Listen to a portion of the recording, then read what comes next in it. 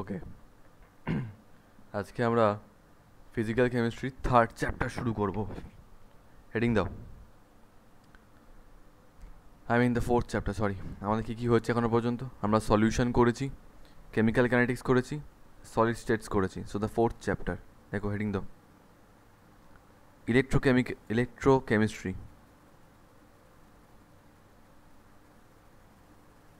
Electrochemistry খুব important আর interesting একটা chapter.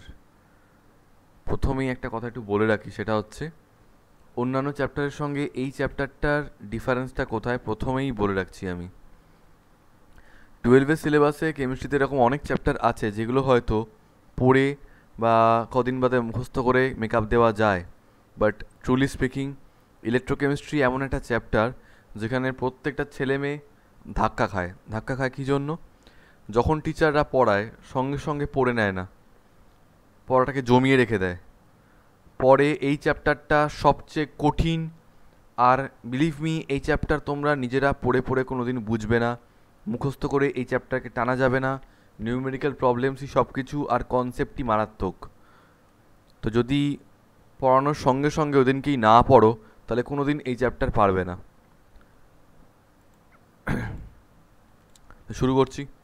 Now, what is the target of this chapter? যেমন chemical kinetics চ্যাপ্টারে একটা টার্গেট ছিল যখন আমরা রিয়াকশনের রেট বার করছিলাম, সলিউশন চ্যাপ্টারে একটা টার্গেট ছিল আমরা কনসেন্ট্রেশন বার করছিলাম, সেরমভাবে এই চ্যাপ্টারের একটা নিজস্ব টার্গেট আছে। Now what's that target? The target of this chapter is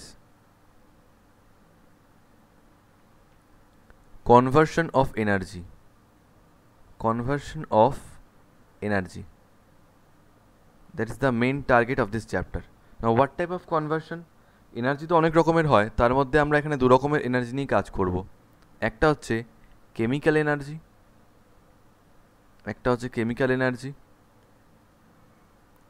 আরেকটা হচ্ছে ইলেকট্রিক্যাল এনার্জি। এবার আমাদের কনভার্সনটা এখানে দুরকম হবে। কীরকম দুরকম? এক হচ্ছে কেমিক্যাল এনার্জি থেকে electrical energy, from chemical energy to electrical energy, and vice versa. I mean electrical energy to chemical energy. তো from chemical energy to electrical energy and from electrical energy to chemical energy, এই দু রকমের conversion আমরা করে থাকবো এই চ্যাপ্টারে। এটাই হচ্ছে সবচেয়ে বড় ইম্পর্টেন্ট পার্ট, যে এনার্জির কনভার্সন। তো এই যে এনার্জির কনভার্সন আমরা করি, এটা কি আমরা হাতে হাতে করি নাকি কোনো ডিভাইস ইউজ করি এর জন্য আমরা? Yes, we use a device called electrochemical cell. Use করি, there is a device called electrochemical cell. Electrochemical cell, ঠিক আছে? তো লেখো ইলেকট্রোকেমিক্যাল সেল, এই চ্যাপ্টারের first definition of this chapter. Electrochemical cell কী বললাম তাহলে? সহজ কথা, যে ডিভাইসটা ইউজ করে আমরা এনার্জি কনভার্সনটা করে থাকি। কীরকম কনভার্সন? কেমিক্যাল এনার্জিকে ইলেকট্রিক্যাল এনার্জিতে আর ইলেকট্রিক্যাল এনার্জিকে কেমিক্যাল এনার্জিতে। That device is known as electrochemical cell. তো দেখো, an electrochemical cell is a device. An electrochemical cell is a device that converts, একটু তাড়াতাড়ি লিখো, that converts chemical energy into electrical energy, that converts chemical energy into electrical energy, and vice versa, and vice versa. তাহলে আবারও বলছি, এই electrochemical sell জিনিসটা কি? It's a device which is use to convert chemical energy into electrical energy and electrical energy into chemical energy. তো এখন প্রশ্ন হচ্ছে, ইলেকট্রোকেমিক্যাল সেল, এই একটা সেলে কি দুখানা কাজ করে? Basically electrochemical cell is a মানে মানে এই যে জিনিসটা ইউজ করছি আমরা সেলটা, এই সেলের আবার ক্লাসিফিকেশান আছে ডিপেন্ডিং অন দেয়ার ফাংশন। কীরকম ফাংশন? দুটো কাজ করতে পারে। কেমিক্যাল এনার্জিকে ইলেকট্রিক্যাল এনার্জিতে এটা এক রকমের সেল কাজ করে, আবার ইলেকট্রিক্যাল এনার্জিকে কেমিক্যাল এনার্জিতে এটা আরেক রকমের সেল কাজ করে। I mean this electrochemical cell is of two type. ঠিক আছে? কত রকমের? দু রকমের রয়েছে। একটা হচ্ছে গ্যালভানিক। তো লেখো electrochemical cell are of two types. Electrochemical cells are of two types. কী কী? একটা হচ্ছে galvanic, galvanic or voltaic cell, galvanic or voltaic cell, number 2 হচ্ছে electrolytic sell.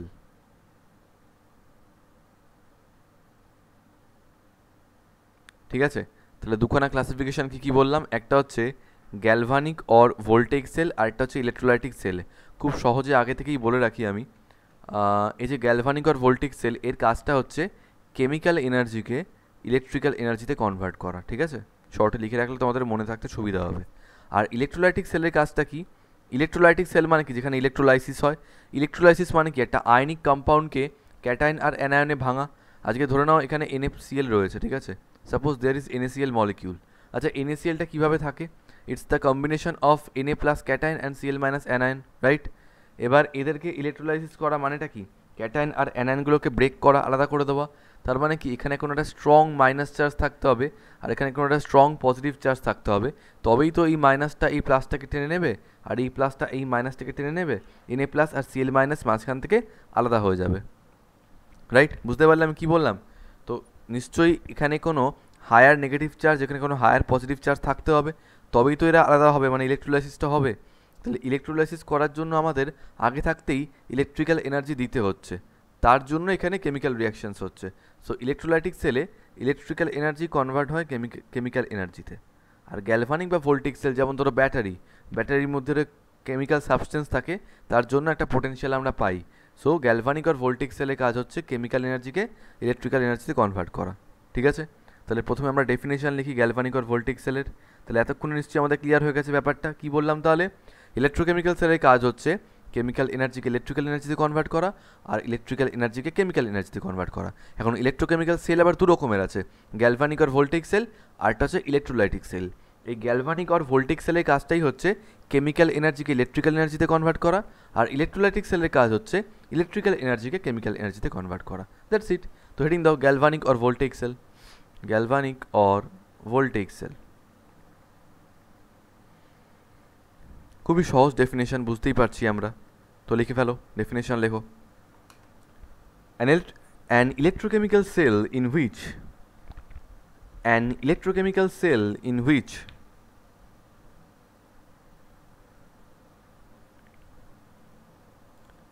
energy released due to a spontaneous chemical reaction converts into electrical energy is called a galvanic or a voltaic cell. ঠিক আছে, আমি ডেফিনেশনটা একবার বলছি। কি বললাম? An electrochemical cell in which energy released due to a spontaneous chemical reaction. এই যে আমরা বারবার করে বলছি কেমিক্যাল এনার্জি, আরে ভাই এই কেমিক্যাল এনার্জিটা আসছে কোত্থেকে? একটা কেমিক্যাল রিয়াকশান হচ্ছে, যে কেমিক্যাল রিয়াকশানটা নিজে নিজে হচ্ছে, অন্য কেউ জোর করে করাচ্ছে না, তার মানে ওর মধ্যে আগে থেকে এনার্জি রয়েছে। তো কেমিক্যাল এনার্জিটা স্পন্টেনিয়াসলি, মানে উইদাউট এনি এক্সটার্নাল হেল্প, নিজে নিজেই কেমিক্যাল রিয়াকশানটা হচ্ছে। ওই কেমিক্যাল রিয়াকশানটা হওয়ার জন্য ওখানে যে এনার্জিটা ইভলভড হবে, সেই এনার্জিটা হচ্ছে chemical energy. Now that amount of chemical energy will be converted into electrical energy. সহজ কথা। তো কী বললাম তাহলে? An electrochemical cell in which energy released due to a spontaneous chemical reaction converts into electrical energy is called a galvanic or a voltaic cell. ঠিক আছে, এক্সাম্পলগুলো লিখে ফেলি আমরা। এটার এক্সাম্পল কী হবে? এক্সাম্পল হবে ড্যানিয়েল সেল পড়বো আমরা, আজকে ড্যানিয়েল সেল, ব্যাটারি,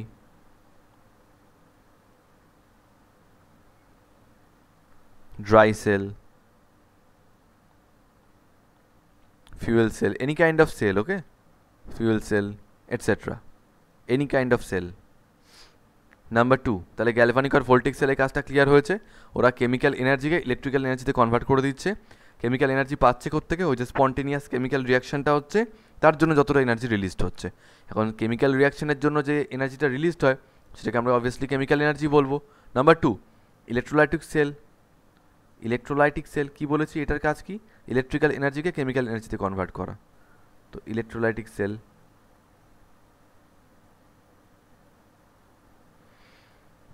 লেখো, an electrochemical cell in which an electrochemical cell in which a non-spontaneous chemical reaction, non-spontaneous মানে যেটা নিজে থেকে হতে পারে না, external help লাগে, a non-spontaneous chemical reaction is made to occur by applying an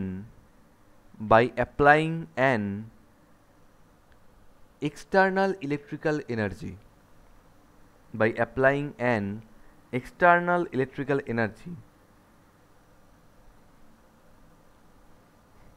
is called an electrolytic cell, ঠিক আছে? তাহলে কি বললাম, এবার ডেফিনেশনটা পড়ি আমরা। বলছে an electrochemical cell in which a non-spontaneous chemical reaction, প্রথম কথা বোঝো, non-spontaneous chemical reaction is made to occur মানে কি, এমন কিছু একটা সিস্টেম করা হলো যাতে একটা কেমিক্যাল রিয়াকশন হতে বাধ্য হয়, ঠিক আছে? ওর নিজের হওয়ার কোনো ইচ্ছা নেই, কিন্তু জোর করে ওকে তৈরি করা হচ্ছে, বা কেমিক্যাল রিয়াকশনটাকে জোর করে করানো হচ্ছে। কেন হচ্ছে? কারণ বাইরে থেকে কোনো একটা এক্সটার্নাল ওকে প্রেশার টাইপের কিছু দেওয়া হচ্ছে। প্রেশার মানে লিটারালি প্রেশার ভেবো না, মানে কিছু একটা এমন দেওয়া হচ্ছে, এনার্জি দেওয়া হচ্ছে, যার জন্য জোর করে রিয়াকশনটা হচ্ছে। So obviously it is non-spontaneous reaction because it requires external help. ভালো কথা, এক্সটার্নাল হেল্প নিয়ে এটা হচ্ছে। তো এখন by applying an external electrical energy, মানে বাইরে থেকে ধরো ব্যাটারি কিছুটা অ্যাড করেছো, battery is behaving like an a source of electrical energy, সেই ইলেকট্রিক্যাল এনার্জিটা গিয়ে কী করছে, জোর করে সেলের মধ্যে একটা রিয়াকশান করতে। তো ইলেকট্রিক্যাল এনার্জির জন্য রিয়াকশান হচ্ছে, রিয়াকশানের জন্য তোমরা যে এনার্জিটা পাচ্ছ that is known as chemical energy. So in this case electrical energy is being converted into chemical energy. তাহলে যেখানে স্পন্টেনিয়াস রিয়াকশন নিজে নিজেই হয়, মানে উইদাউট এনি এক্সটার্নাল হেল্প, সেটা হচ্ছে কেমিক্যাল এনার্জি, যেটা কনভার্ট হচ্ছে ইলেকট্রিক্যাল এনার্জিতে। আর যেখানে নন স্পন্টেনিয়াস রিয়াকশন, মানে নিজে থেকে রিয়াকশনটা হয় না, জোর করে করাতে হয়, that is the example of electrolytic cell. কারণ ওখানে কী হচ্ছে, বাইরে থেকে এক্সটার্নাল ইলেকট্রিক্যাল এনার্জি দিচ্ছ, সেই এনার্জিটা গিয়ে জোর করে রিয়াকশনটাকে করাচ্ছে। তো obviously electrical energy is being converted into chemical energy. Example কী হতে পারে এটা, ঠিক রাখো, ডাউন সেল এক্সাম্পল দেয়, হ্যাঁ, ডাউন সেল, কাস্টনার স্কেল, বা ভোল্টামিটার্স লিখতে পারো, ভোল্টামিটার্স, ইলেকট্রোলাইসিস যেখানে হয়, ভোল্টামিটার্স, কাস্টনার কেলনার স্কেল, কাস্টনার কেলনার সেল, এগুলো সব সেলের নাম, ঠিক আছে, চিন্তার কিছু নেই, সায়েন্টিস্টদের নাম থেকে এসছে, কাস্টনার কেলনার সেল একসঙ্গে, KELLNER, কাস্টনার কেলনার সেল, ঠিক আছে। তাহলে আশা করি আমরা ইলেকট্রোকেমিক্যাল সেলের কাজ বুঝে গেছি, ইলেকট্রোকেমিক্যাল সেলের ক্লাসিফিকেশন বুঝে গেছি। ইলেকট্রোকেমিক্যাল সেলের কাজ আবার বলছি, কেমিক্যাল এনার্জিকে ইলেকট্রিক্যাল এনার্জি আর ইলেকট্রিক্যাল এনার্জিকে chemical energy.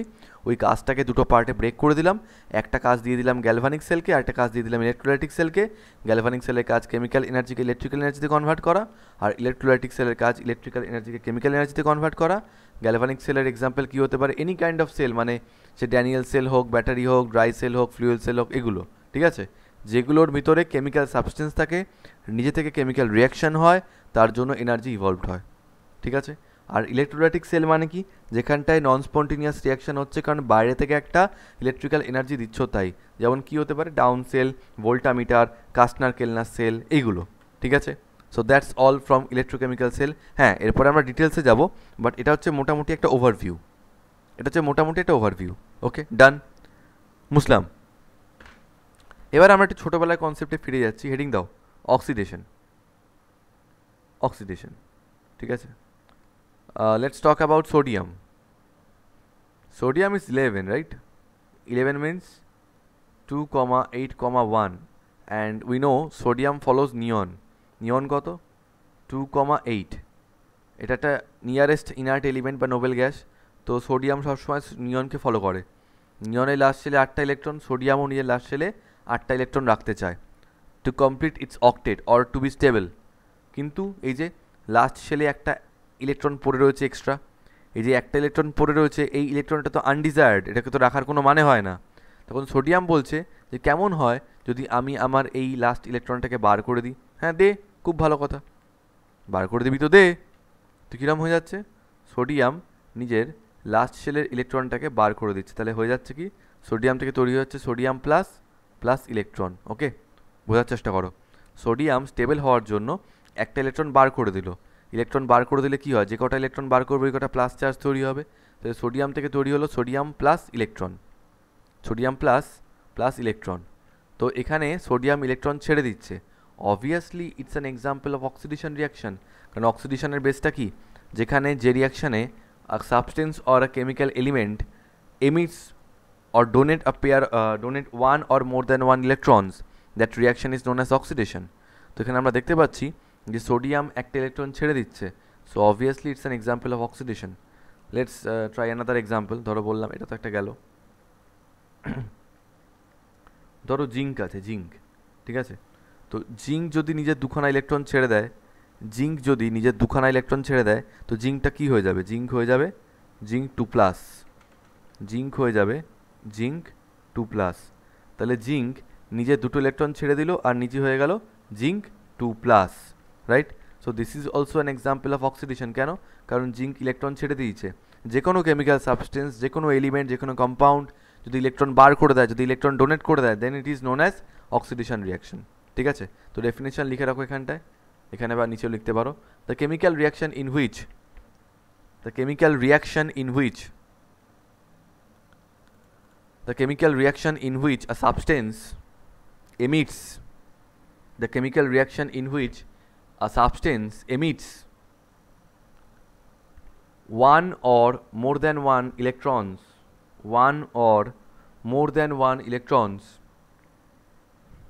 is known as oxidation. তাহলে অক্সিডেশন রিয়াকশন কাকে বলে, যে রিয়াকশানে কোনো একটা সাবস্টেন্স একটা বা একটার বেশি ইলেকট্রন ছেড়ে দেবে।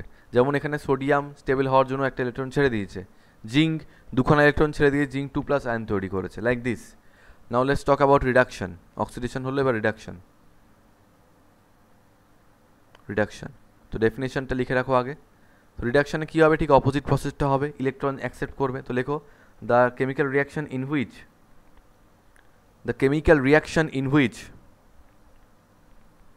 a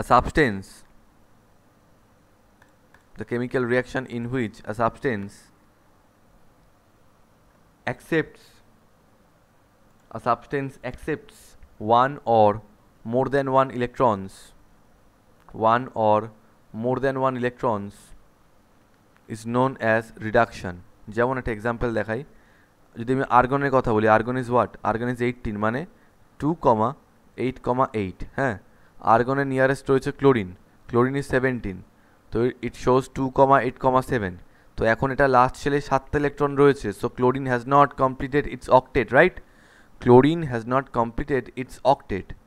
যদি অক্টেট কমপ্লিট করতে হয় আর্গনের মতো, তাহলে ওকে একটা ইলেকট্রন নিতে হবে। সোডিয়ামকে যেমন ইলেকট্রন ছাড়তে হয়েছিল, ক্লোরিনকে ইলেকট্রন নিতে হবে। So the example will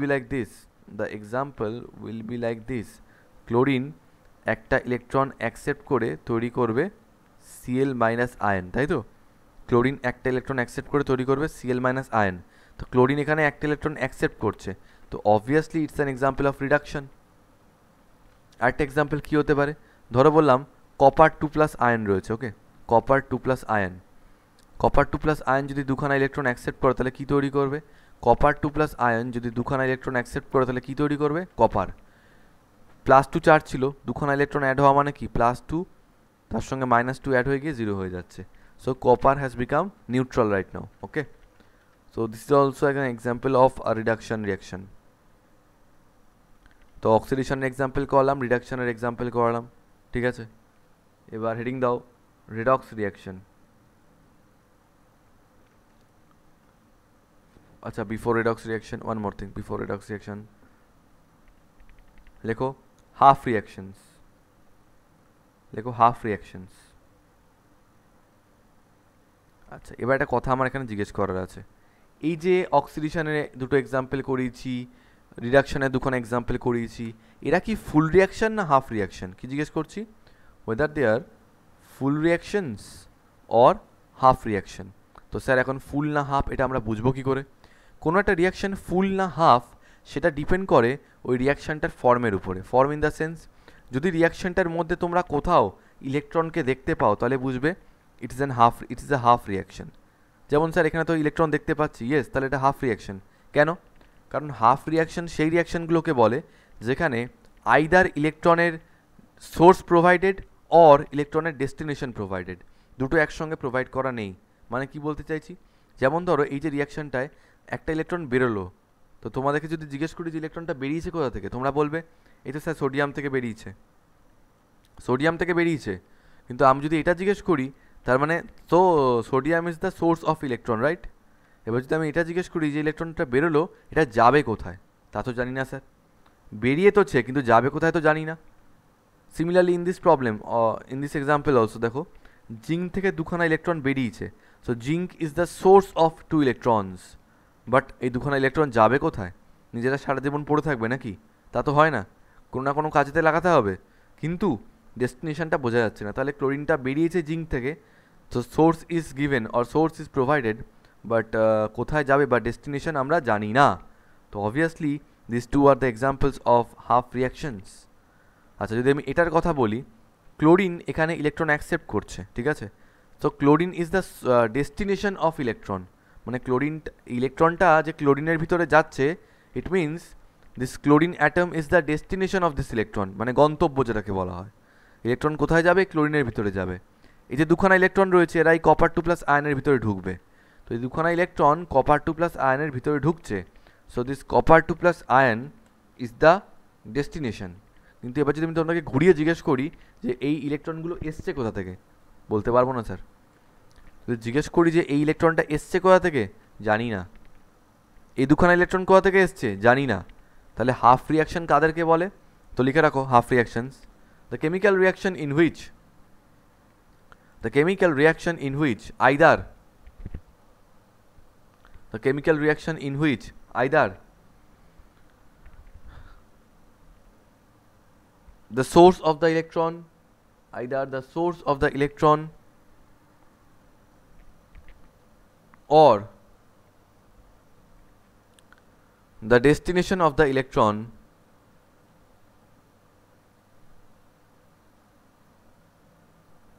is provided, comma, but both source and destination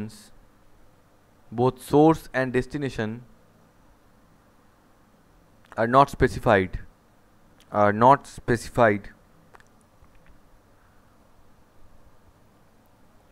কমাতে লেখো, that reaction is known as a half reaction.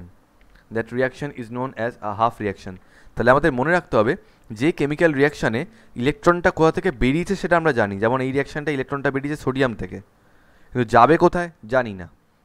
আবার যে রিয়াকশানে ইলেকট্রনটা কোথায় ঢুকছে সেটা আমরা জানি, কিন্তু কোথা থেকে এসছে আমরা জানি না। তাহলে এই সমস্ত রিয়াকশানকে আমরা তখন কি বলবো? Half reactions. এবার লেখো, half reactions are of two types. Half reactions are of two types. কী? একটা হচ্ছে হাফ অক্সিডেশন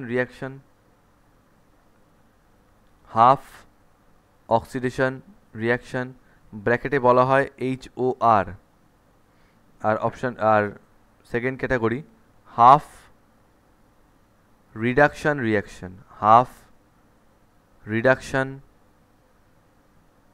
রিয়াকশন। কী হবে?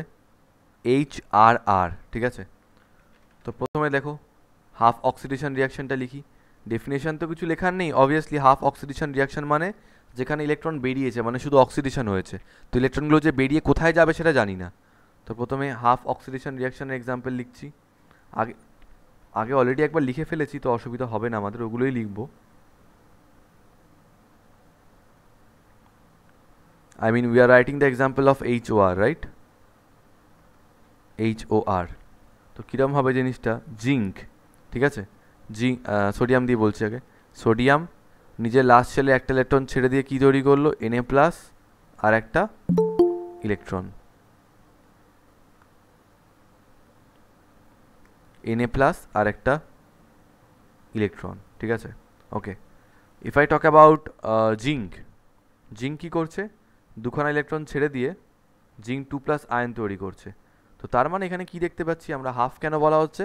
হাফ বলা হচ্ছে কারণ ইলেকট্রনগুলো বেরোচ্ছে, কিন্তু বেরিয়ে কোথায় যাবে তা জানি না। আর অক্সিডেশন কেন বলা হচ্ছে? কারণ ইলেকট্রন বেরোচ্ছে তাই। That's why it is known as half oxidation reaction. Electron বেরোচ্ছে তাই অক্সিডেশন, আর বেরিয়ে কোথায় যাবে সেটা জানি না। Only the source is provided but the destination is not provided. So that's why it's an example of half oxidation reaction or HOR. Okay, now let's talk about HRR, I mean half reduction reaction.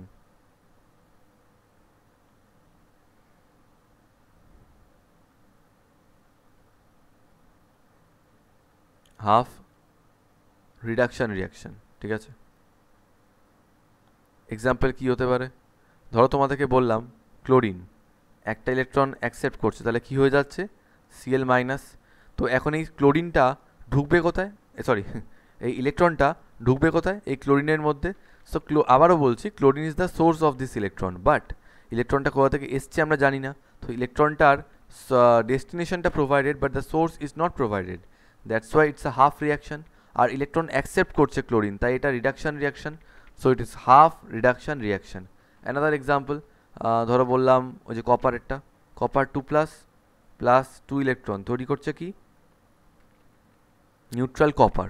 তো এখানে দুখানা electron copper 2 প্লাসের মধ্যে ঢুকছে, তো source is provided, কিন্তু দুখানা electron কোথা থেকে এসছে আমরা জানি না। That's why it's a half reaction. আর ইলেকট্রন অ্যাকসেপ্ট করছে, তাই reduction reaction. So half reduction reaction or HRR, এই দু রকমের হাফ রিয়াকশনস হয়। বোঝা গেল? তাহলে অক্সিডেশন করলাম, রিডাকশন করালাম, তারপরে বোঝালাম যে শুধু অক্সিডেশন বা শুধু রিডাকশনকে বলা হয় হচ্ছে হাফ রিয়াকশনস। যেমন এভাবে আমরা করছি half oxidation reaction and half reduction reaction. কিন্তু বাস্তবে তো এরকম হতে পারে না, না? বাস্তবে যে এক্সাম্পলগুলো হয় সেখানে তো ইলেকট্রন বেরোচ্ছে কোথা থেকে, ইলেকট্রন ঢুকছে কোথায়, সব কিছু স্পেসিফাইড থাকা উচিত। So those examples or those reactions are known as complete or full reactions. তো এবার আমরা লিখি যে হোয়াট ইজ ফুল রিয়াকশন। দেখো ফুল রিয়াকশন, তাহলে হাফ অক্সিডেশন রিয়াকশন আর হাফ রিডাকশন রিয়াকশন, আশা করি ক্লিয়ার হয়েছে। নেক্সট লেখো ফুল রিয়াকশন। ফুল রিয়াকশন, তো আমি কি বললাম? What is full reaction? আমি বললাম ফুল রিয়াকশন মানে হচ্ছে যেখানে যে রিয়াকশনটার মধ্যে ইলেকট্রনের সোর্স আর ডেস্টিনেশন দুটোই স্পেসিফাইড থাকবে। তো now look at this example, half oxidation reaction, এখানে ইলেকট্রনের সোর্সটা স্পেসিফাইড ছিল, আর হাফ রিডাকশন রিয়াকশনে ইলেকট্রনের ডেস্টিনেশনটা স্পেসিফাইড ছিল, যে কোথায় ঢুকছে। তার মানে আমি বলতে পারি সামহাউ, যেহেতু আমি বলছি যে full reaction is nothing but the reaction in which both the source and the destination of the electrons are provided, মানে সোর্সও থাকবে ডেস্টিনেশনও থাকবে। তার মানে আমি বলতে পারি যে it is basically the combination of half oxidation reaction and half reduction reaction, তাই না? It is the combination of, তো লিখে রাখো ফুল reaction. A full reaction is the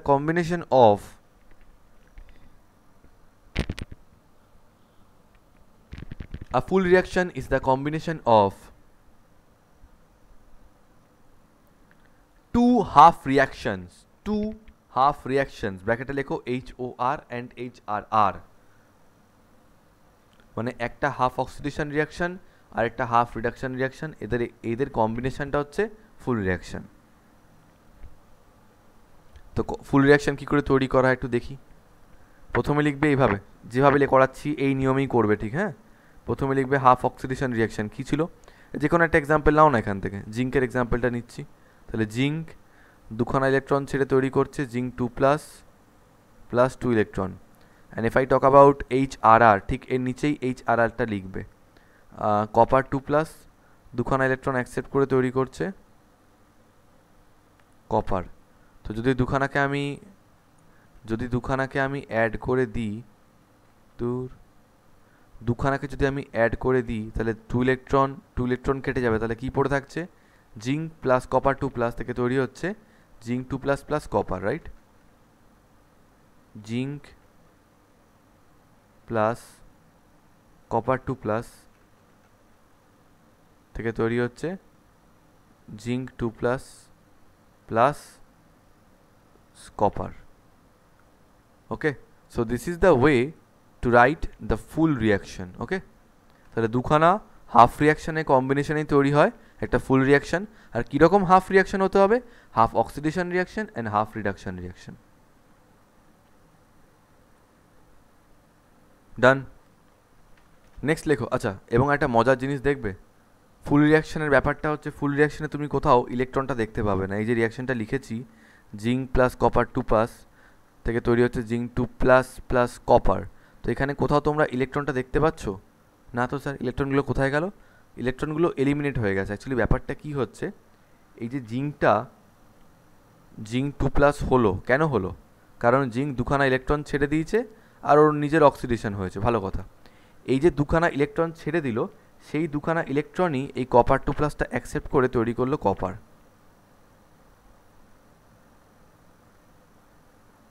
বুঝতে পারলাম কি বলছি? জিঙ্ক যে দুখানা ইলেকট্রন ছেড়ে দিল, সেই দুখানা ইলেকট্রনই কপার 2+এর ভিতর ঢুকে গেল। তাহলে আর দেখাবো কি করে এটা বাইরে আলাদা করে আমি? যদি এরকম হতো যে সোর্স আছে ডেস্টিনেশন নেই, বা ডেস্টিনেশন আছে সোর্স নেই, তাহলে এটা কথা হতো। কিন্তু এখানে তো zinc is the source of electron, যেখান থেকে দুখানা ইলেকট্রন বেরোচ্ছে আর কপার 2+ ইলেকট্রনগুলো ঢুকছে। So both the source and destination of electrons are specified. তাহলে ইলেকট্রন দেখতে পাবে কি করে? পাবে না দেখতে। এখান দিয়ে ঢুকে, সরি এখান দিয়ে বেরিয়ে এখান দিয়ে ঢুকে যাচ্ছে। তাহলে ইলেকট্রন কোথা দিয়ে বেরোবে, কোথা দিয়ে ঢুকবে, এই সব কিছুই আমরা কিন্তু বুঝতে পারছি। So in this reaction both the source and the destination of the electron are specified. তাহলে obviously it's an example of a full cell reaction, sorry a full reaction. তাহলে একটা জিনিস আমাদের তো মাথায় ঢুকিয়ে নিতে হবে যে sir a full reaction is nothing but the combination of two half reactions. এবার দুটো হাফ রিয়াকশন কি এরকম হতে পারে যে দুখানেই হাফ রিডাকশন রিয়াকশন বা দুখানেই হাফ অক্সিডেশন রিয়াকশন? জীবনে হতে পারে না। অলওয়েজ একটাকে মানে দুটো, একটা হয় রিডাকশন রিয়াকশন হতে হবে, নইলে একটাকে অক্সিডেশন রিয়াকশন হতে হবে। দুখানাই রিডাকশন বা দুখানাই অক্সিডেশন এরকম কম্বিনেশন পসিবল নয়। ঠিক আছে, দ্যাটস ইট।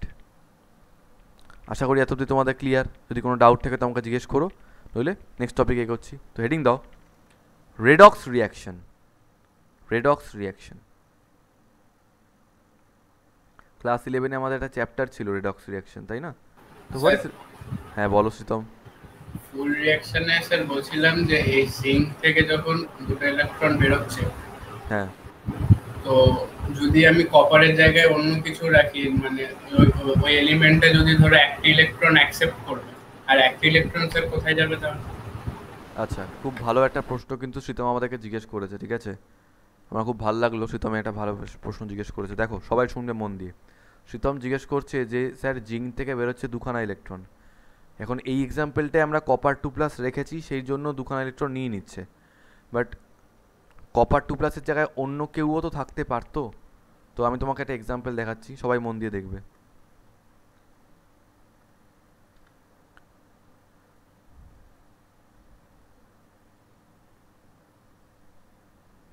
আচ্ছা, জিঙ্ক আর কপার দিয়ে তো হয়ে গেছে, আমি আরেকটা রিয়াকশান দেখাচ্ছি। ধরো বললাম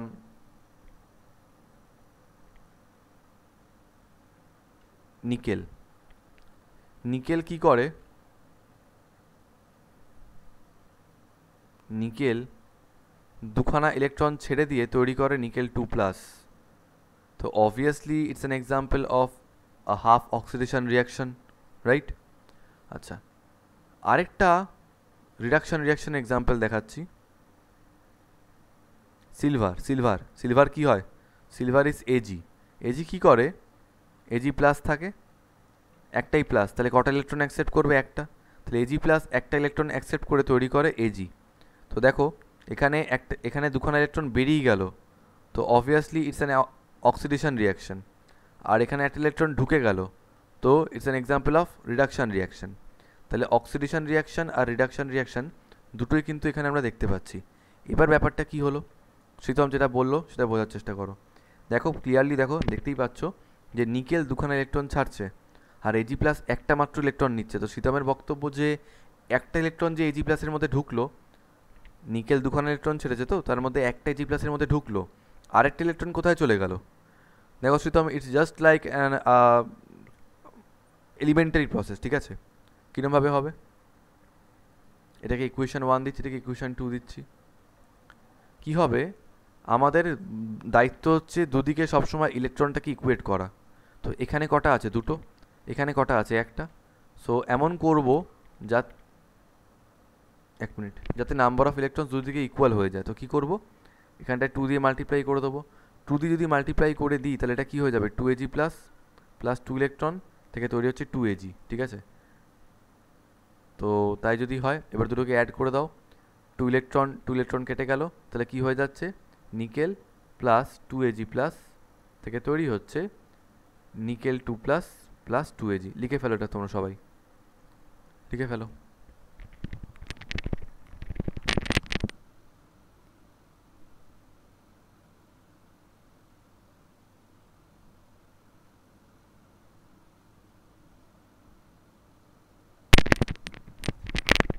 তাহলে এখানে ব্যাপারটা কি হচ্ছে বুঝতে পারলে শ্রীতম? দেখো নিকেল যেটা ছিল দুখানা ইলেকট্রন ছাড়ছিল, এই একটা। এবার একটা Ag প্লাস যদি রাখতাম না, তাহলে এই একটা ইলেকট্রন ঢুকতে পারতো, আরেকটা কি করতো জানি না স্যার। সেই জন্য আমরা এখানে দুখানা Ag প্লাস নেব, এটা এখানে ঢুকবে আর এটা এখানে ঢুকবে। সবাই বুঝতে পেরেছো এটা?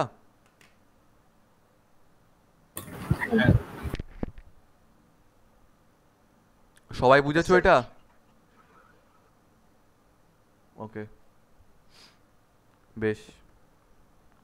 মুসলাম, তো হেডিং দাও রেডক্স রিয়াকশন। Redox reaction. আচ্ছা, এই রেডক্স কথাটা, এই যে রেডক্স টার্মটা, এটা কোত্থেকে আসছে? It is the combination of reduction and oxidation. তাহলে ক্লিয়ারলি আমরা বুঝতে পারছি এমন একটা রিয়াকশন যেখানে রিডাকশন অ্যান্ড অক্সিডেশন দুটোই হচ্ছে, রাইট? তো ডেফিনিশন লেখো, the chemical reaction in which, the chemical reaction in which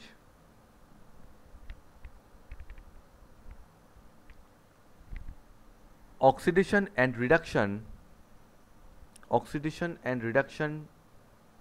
take place simultaneously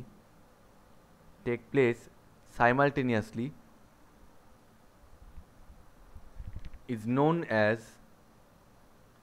a redox reaction, generally এই যে ফুল রিয়াকশনগুলো লেখালাম, এই ফুল রিয়াকশনগুলোই হয় হচ্ছে রেডক্স রিয়াকশন। যেমন প্রথমটা কি ছিল, জিঙ্ক প্লাস কপার 2 প্লাস থেকে তৈরি হচ্ছে zinc 2 plus plus copper, right? তো লক্ষ্য করে দেখো এখানে জিঙ্ক দুখানা ইলেকট্রন ছেড়ে দিয়েছে, অবশ্যই দেখাবে এভাবে, হ্যাঁ, জিঙ্ক দুখানা ইলেকট্রন ছেড়ে দিয়েছে, তার জন্য তো +2 চার্জ তৈরি হয়েছে বা 2 প্লাস চার্জ তৈরি হয়েছে।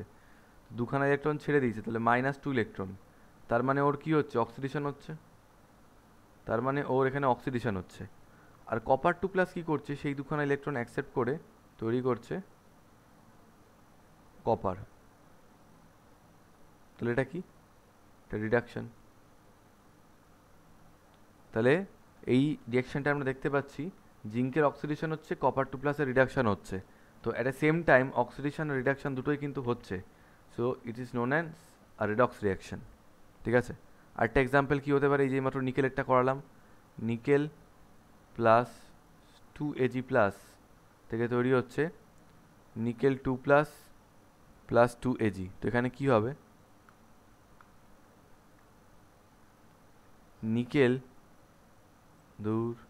নিকেল দুখানা ইলেকট্রন ছেড়ে দিচ্ছে, দুখানা ইলেকট্রন ছেড়ে দেওয়ার জন্য এখানে কি হবে, অক্সিডেশন।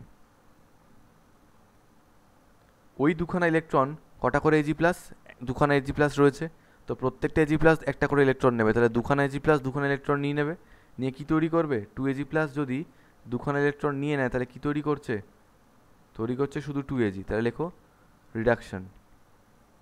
তাহলে এখানেও দেখো একই রিয়াকশনের মধ্যে অক্সিডেশন আর রিডাকশন দুটোই কিন্তু হচ্ছে, so obviously it is also an example of a redox reaction.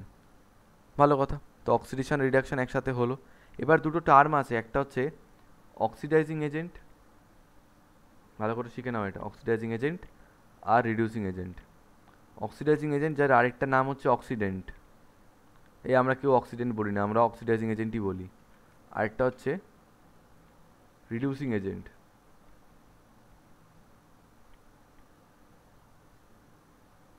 যার নাম হচ্ছে রিডাকটেন্ট, ঠিক আছে। অক্সিডাইজিং এজেন্ট আর রিডিউসিং এজেন্ট, এটা কথা বলো তো, এলআইসির এজেন্টের কাজ কি, ঠিক আছে, তোমার যত এলআইসি করানো যায়, পরিষ্কার কথা। সেরকমভাবে অক্সিডাইজিং এজেন্টের কাজ কি? যতটা অক্সিডেশন করানো যায়। তো এখন লক্ষ্য করে দেখো এই যে রিয়াকশানটায় অক্সিডেশন হয়েছে, কার হয়েছে? জিঙ্কের অক্সিডেশন হয়েছে, তাই তো? আচ্ছা, জিঙ্কের অক্সিডেশনটা কী করে হলো একটু মন দিয়ে শুনবে ভালো করে। জিঙ্কের অক্সিডেশনটা হলো কী করে? জিঙ্ক দুখানা ইলেকট্রন ছাড়তে পারলো, তাই অক্সিডেশনটা হলো। Listen to me very carefully. Zinc দুখানা ইলেকট্রন ছাড়তে পারলো, এর পিছনে গল্প লুকিয়ে আছে। কেন ছাড়তে পারলো কেন বলছি আমি? কারণ আজকে যদি দেখো বেসিক্যালি পৃথিবীতে এটা কখনো হয় না যে ইলেকট্রনের সোর্স আছে কিন্তু ডেস্টিনেশন নেই। মানে কি, ইলেকট্রন দুখানা ছেড়ে বসে রয়েছে কিন্তু ইলেকট্রন কোথায় যাবে তার কোনো ঠিক নেই, তাহলে রিয়াকশানটা পসিবল নয়। সো ইলেকট্রনের সোর্স আর ডেস্টিনেশন দুটোই স্পেসিফাইড থাকতে হবে। সো এই কেসটা কি হচ্ছে, জিঙ্ক দুখানা ইলেকট্রন ছাড়তে পারছে কেন? কারণ দুখানা ইলেকট্রন কপার 2+ অ্যাকসেপ্ট করছে তাই। সো কপার 2+ যদি ইলেকট্রন দুটো অ্যাকসেপ্ট না করতো, জিঙ্ক কোনোদিন ইলেকট্রনগুলো ছাড়তে পারতো না, আর জিঙ্কের অক্সিডেশনও হতো না। তাহলে এইখানে যে জিঙ্কের অক্সিডেশন হয়েছে তার জন্য রেসপন্সিবল কে? তার জন্য রেসপন্সিবল হচ্ছে copper 2+। So oxidising agent or oxidant is copper 2+ in this reaction. আবার বলি আমি, কপার 2+ আয়নটা এখানে দুখানা ইলেকট্রন অ্যাকসেপ্ট করেছে বলেই কিন্তু জিঙ্কটা দুখানা ইলেকট্রন ছাড়তে পারলো। তো obviously copper 2+ is responsible for the oxidation of zinc. That's why copper 2+ is behaving like an oxidising agent in this reaction. তার মানে অক্সিডাইজিং এজেন্ট হচ্ছে যে অন্যকে অক্সিডাইজ করে। তাহলে রিডিউসিং এজেন্ট কী হবে? যে অন্যকে রিডিউস করবে। অন্যকে কে রিডিউস করছে ভেবে দেখো। ইন এ অল্টারনেটিভ ওয়ে বা ইন দ্য অপোজিট ওয়ে যদি ভেবে দেখো, যে জিঙ্ক আজকে দুখানা ইলেকট্রন ছাড়ছে, তবেই কিন্তু কপার 2+টা রিডিউসড হতে পারছে, তাই না? জিঙ্ক আজকে এখানে দুখানা ইলেকট্রন ছাড়ছে, তবেই কিন্তু কপার 2+টা দুখানা ইলেকট্রন অ্যাকসেপ্ট করে রিডিউসড হতে পারছে। তাহলে কপার 2+এর রিডাকশনের পিছনে কার হাত? জিঙ্কের হাত। So zinc is behaving like an oxidising agent in this reaction. তাহলে বোঝা গেল অক্সিডাইজিং এজেন্ট অর অক্সিডেন্ট আর রিডিউসিং এজেন্ট অর রিডাক্টেন্ট। তাহলে আমি যদি একদম ক্লিয়ারলি জিজ্ঞেস করি যে what is an oxidising agent, যার নিজের রিডাকশন হবে কিন্তু অন্যকে অক্সিডাইজড করবে। দুঃখের ব্যাপার, জানো তো এটা। যেমন এই এক্সাম্পলে কপার 2+টা কি? অক্সিডাইজিং এজেন্ট, কিন্তু নিজের কি হয়েছে? রিডাকশন হয়েছে। তাহলে অক্সিডাইজিং এজেন্টকে যে নিজের রিডাকশন করবে বা নিজের রিডিউসড হবে কিন্তু অন্যকে অক্সিডাইজড করবে, পরিষ্কার কথা। আর রিডিউসিং এজেন্ট জিনিসটা কি? যে নিজে অক্সিডাইজড হবে কিন্তু অন্যকে রিডিউস করবে। ব্যাস, দ্যাটস ইট, আর কিছু না। I hope it is clear. আচ্ছা, তাহলে এই এক্সাম্পলটা তাহলে মিথিরা এই এক্সাম্পলটা একটু আমাকে বলে দাও, অক্সিডাইজিং এজেন্ট কোনটা এই নিকেলের এক্সাম্পলটায়?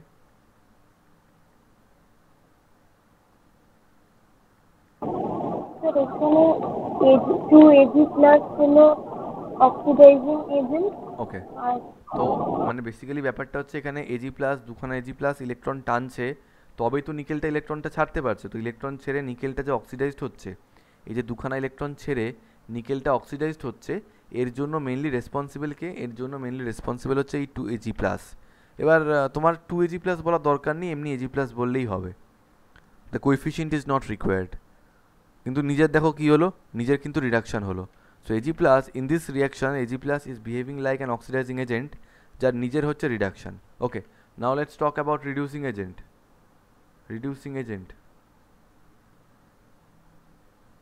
তো নিকেল এখানে নিকেল 2+ তৈরি হচ্ছে। তো নিকেল যে দুখানা ইলেকট্রন ছেড়ে অক্সিডাইজড হতে নিকেল যে দুখানা ইলেকট্রন ছাড়ছে, সেই দুখানা ইলেকট্রন কোথায় চলে যাচ্ছে? Ag+-এর ভিতরে। তো Ag+ যে দুখানা ইলেকট্রন নিয়ে, মানে দুখানা Ag+ যে দুখানা ইলেকট্রন নিয়ে রিডিউসড হচ্ছে, এই দুখানা ইলেকট্রনও পাচ্ছে কোত্থেকে? নিকেল ছাড়ছে বলে। তো নিকেল এখানে ইলেকট্রন ছাড়ছে, তার জন্য এখানে সিলভারটা রিডিউসড হচ্ছে। তো সিলভারের রিডাকশনের পিছনে মেইনলি রেসপন্সিবল কে? Obviously nickel is responsible for the reduction of Ag+ ion. তো I can say reducing agent is nickel. ঠিক আছে? So this is the concept of half oxidation reaction, half reduction reaction, full cell reaction, ভার্নিয়াস কী বলে তোমার full cell reaction, আর vice versa যেগুলো আমরা দেখলাম যে অক্সিডেশনের উল্টোটা রিডাকশন হচ্ছে, রিডাকশনের উল্টো অক্সিডেশন হচ্ছে। কীভাবে? যে অক্সিডেশনে যে দুখানা ইলেকট্রন ছাড়ছে, সেই দুখানা ইলেকট্রন নিয়ে রিডিউসড হয়ে যাচ্ছে কপার 2+। আবার কপার 2+ যে দুখানা ইলেকট্রন নিচ্ছে, তার জন্য জিঙ্ক দুখানা ইলেকট্রন ছাড়তে পারছে। তো আমরা বলতে পারি এটা একটা মানে ইটস লাইক রেসিপ্রোকাল রিলেশনশিপ। জিঙ্কের জন্য কপার 2+, কপার 2+-এর জন্য জিঙ্ক। ঠিক আছে? So So in this reaction, oxidizing agent is copper 2+ and reducing agent is Zn. Bas, that's it. আচ্ছা, এখান থেকে কারোর কোনো ডাউট আছে কি? আপ টু দিস কারোর কোনো ডাউট আছে? No sir.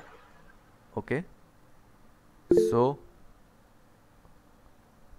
okay so we can move to the next topic. চলো মুছলাম।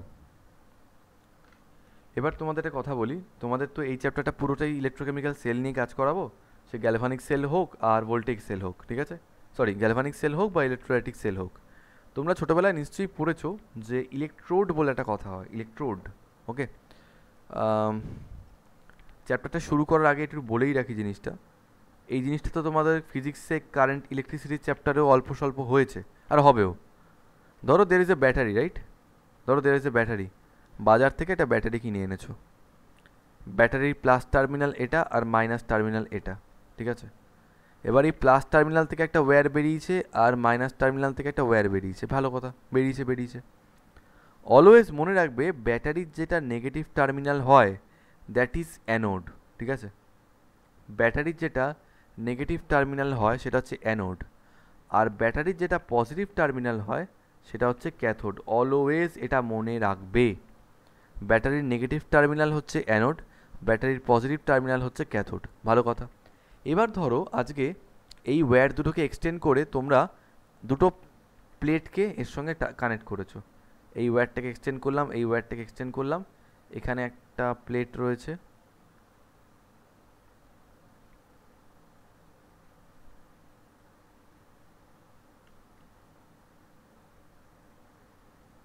এই একটা মেটাল প্লেট আর এই একটা মেটাল প্লেট। আমি কথাটা তোমাদেরকে আগেও একবার ফিজিক্সে বলেছি, বাট এখন একবার শুনে রাখো, ভালো করে মন দিয়ে শুনবে, হেভি ক্যাচাল। আচ্ছা, প্লাস টার্মিনালের সঙ্গে যেটা অ্যাটাচড হয়ে রয়েছে তাহলে অবভিয়াসলি ওটাও প্লাস টার্মিনালই হবে, আর মাইনাস টার্মিনালের সঙ্গে যেটা অ্যাটাচড হয়ে রয়েছে সেটাও নিশ্চয়ই মাইনাস টার্মিনাল হবে।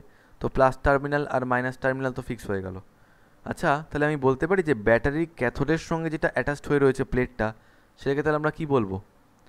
ব্যাটারির ক্যাথোডের সঙ্গে যে রডটা বা যে প্লেটটা অ্যাটাচড হয়ে থাকবে that will be known as anode, এই কথাটা মনে রেখো। আর ব্যাটারির অ্যানোডের সঙ্গে যে মেটাল প্লেটটা অ্যাটাচড হয়ে থাকবে that will be known as cathode. যদি এটা মনে না রাখতে পারো এই চ্যাপ্টারে কিন্তু প্রচুর ক্যাচাল হবে। কি বললাম তাহলে? ব্যাটারির ক্যাথোড অ্যানোড আর মেটাল প্লেটের ক্যাথোড অ্যানোড কিন্তু পুরো উল্টো হয়। ব্যাটারির মাইনাস টার্মিনালটাকে আমরা বলি অ্যানোড, ওই মাইনাস টার্মিনালের সঙ্গে কোনো ব্যাটারি লাগানো থাকলে ওটাকে আমরা বলি ক্যাথোড। আর ব্যাটারির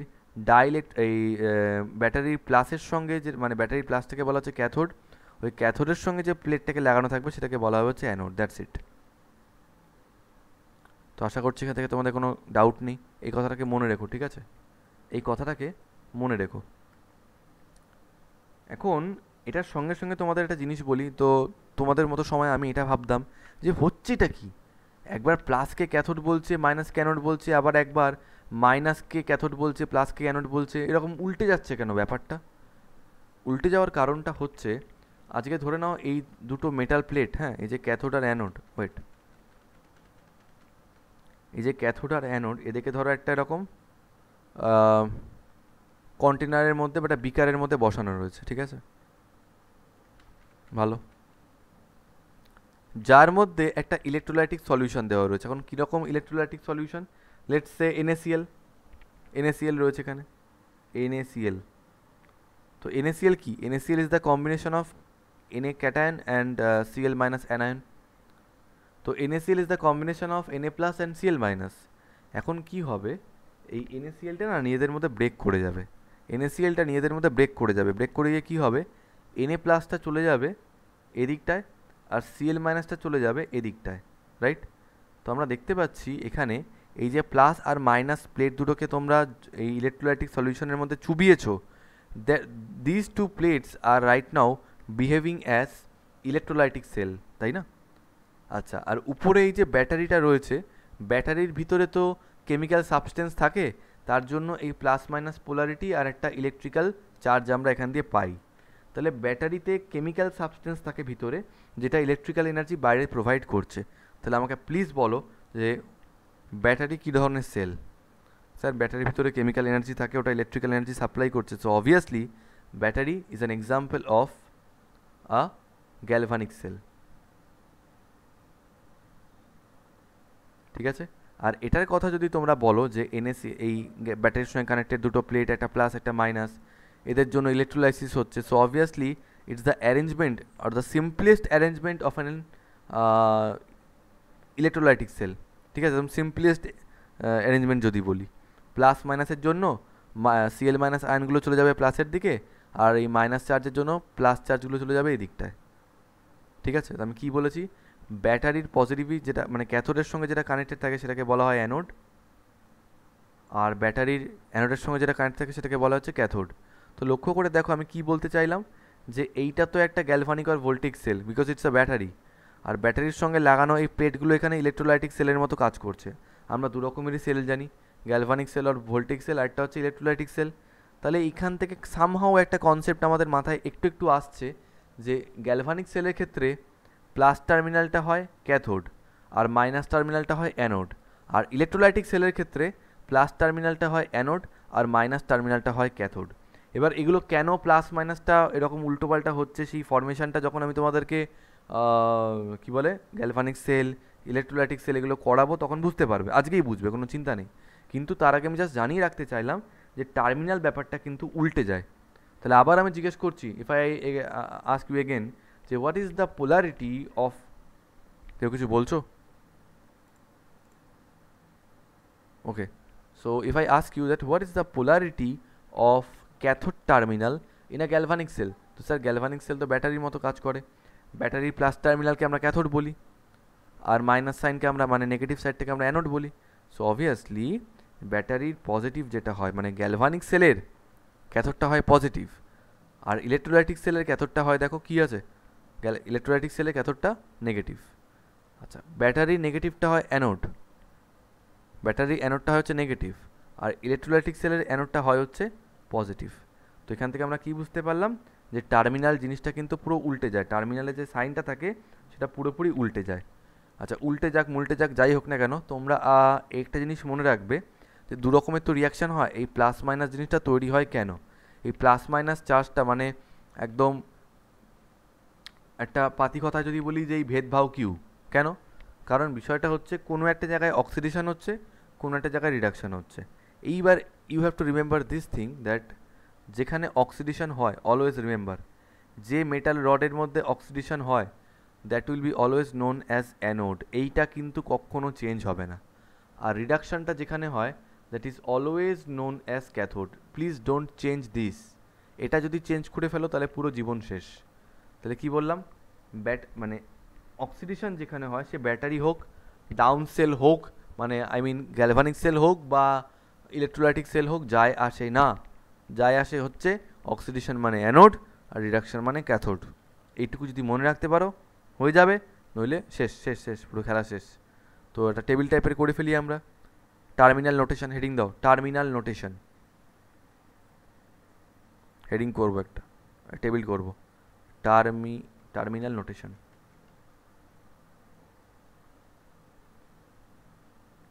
টার্মিনাল নোটেশন তো কীরকম হবে জিনিসটা, এখানে লিখছি রিয়াকশন, এখানে লিখছি ইলেকট্রোড, আচ্ছা এখানে লিখছি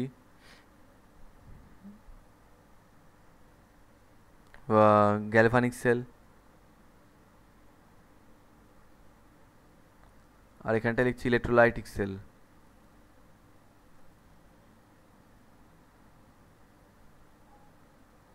ঠিক আছে, তো এই চারটে আমরা কালাম করব, টেবিল হলো একটা, চারটে কালাম আর দুটো মতো পিরিয়ড, তাহলেই হবে, মানে রো। ঠিক আছে, রিয়াকশন দু রকমের হয়, আমি প্রথম থেকেই বলে আসছি কি কি, একটা হচ্ছে অক্সিডেশন, একটা হচ্ছে রিডাকশন। তো প্রথমে লিখছি অক্সিডেশন, আমি কি বলেছি সৃজনী, অক্সিডেশন কোথায় হয়, অক্সিডেশন হয় অ্যানোডে, তো ইলেকট্রোডটা কি লিখবো এখানে অ্যানোড, রাইট। আর রিডাকশন কোথায় হয়, রিডাকশন হয় ক্যাথোডে। তো আমার যেটা মনে হয় যে যে কোনো একটা সেলের রেসপেক্টে মনে রাখাটাই উচিত, মানে মনে রাখলে জিনিসটা সোজা হবে। দুটো দিয়ে মনে রাখতে গেলে না গুলিয়ে যেতে পারে। তো হয় এটা তোমাদের চয়েস, আমি তোমাদের উপর ছাড়ছি, হয় গ্যালভানিক সেলের রেসপেক্টে মনে রাখো, নইলে ইলেকট্রোলাইটিক সেলের রেসপেক্টে মনে রাখো। যেটা মনে রাখবে বাকিটা উল্টো হয়ে যাবে। কি বলতে চাইছি বলো তো? ধরো এই যে গ্যালভানিক সেল, হ্যাঁ, গ্যালভানিক সেলের anode terminal, galvanic cell is just like a battery. তো ব্যাটারির অ্যানোড টার্মিনালটা কী হয়? নেগেটিভ। আর ক্যাথোড টার্মিনালটা কী হয়? Positive. Now if I talk about electrolytic cell, electrolytic সেলে অ্যানোডটা মানে অক্সিডেশন যেখানে হয় অ্যানোডটা কী হয়? পজিটিভ। আর ক্যাথোডটা কী হয়? নেগেটিভ। ঠিক আছে, একটু আগেই জাস্ট করিয়েছিলাম ছবি এঁকে, এখন লিখে রাখো এটা। এই জিনিসটা যদি মনে রাখতে পারো, চ্যাপ্টার উতরে যাবে আরামসে। নইলে এই সাইনের কনফিউশনেই মরে যাবে। আমার তো মারাত্মক কনফিউশন হতো যে একবার একজন বলছে অ্যানোডটা নেগেটিভ, একবার একজন বলছে অ্যানোডটা পজিটিভ, ফিজিক্সের টিচার এক কথা বলছে, কেমিস্ট্রি টিচার এক কথা বলছে। আর actually it's not about physics and chemistry, it's about যে কার রেসপেক্টে তুমি দেখছো। সমস্ত প্রসিডিউরগুলো করলে বুঝতে পারবে। তাহলে এই টেবিলটা আমরা করে নিয়েছি। তাহলে আরেকবার আমি বলে দিচ্ছি, try to remember with respect to galvanic cell. ঠিক আছে, তাহলেই হবে। তো গ্যালভানিক সেলের রেসপেক্টে যদি বলি, তাহলে আজকে আমার অক্সিডেশনটা হবে নেগেটিভ আর রিডাকশানটা হবে হচ্ছে পজিটিভ, দ্যাটস ইট। এবার যদি আমি ইলেকট্রোলাইটিক সেলের ক্ষেত্রে বলি, জাস্ট পোলারিটি উল্টো হয়ে যাবে, ব্যাস, আর কিছু না। কারো কোনো ডাউট আছে?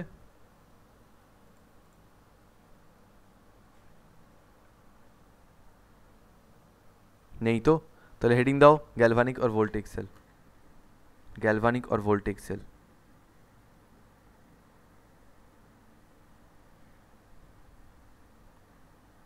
ঠিক আছে, তো গ্যালভানিক আর ভোল্টেজ সেলের কাজ কি জানি আমরা, ডেফিনেশন আর নতুন করে লেখার কোনো মানে হয় না।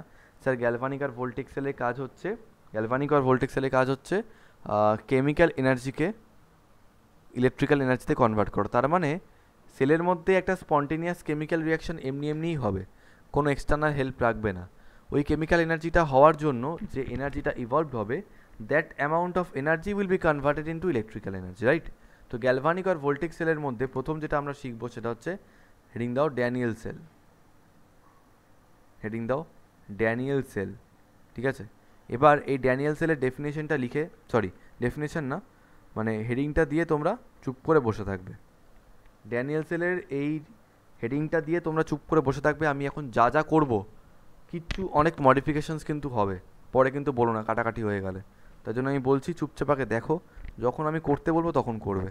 ঠিক আছে, আমি একদম এমনভাবে বলছি, নাও ফার্স্ট অফ অল আমি কনস্ট্রাকশানটা বোঝাচ্ছি, আর এমনভাবে আমি কনস্ট্রাকশান বোঝাবো তোমরা যাতে বুঝবে, একদম যাতে ক্লিয়ার হয়ে যায়। ঠিক আছে, তারপর ছবি না দেখে আমরা আঁকতে পারবো। আগে দেখে নাও।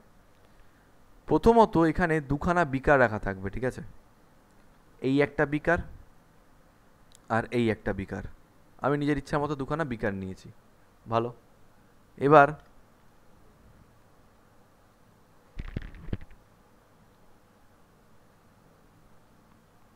উপরটা এরকম ওপেন,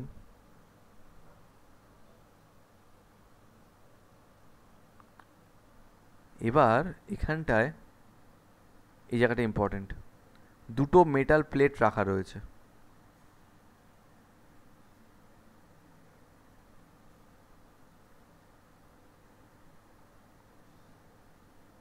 এই একটা মেটাল প্লেট আর এই আরেকটা মেটাল প্লেট। ঠিক আছে, এই দুটো মেটাল প্লেট এখান দিয়ে রাখা রয়েছে। ভালো, গল্পটা শুরু হচ্ছে এখান থেকে, মন দিয়ে শোনো।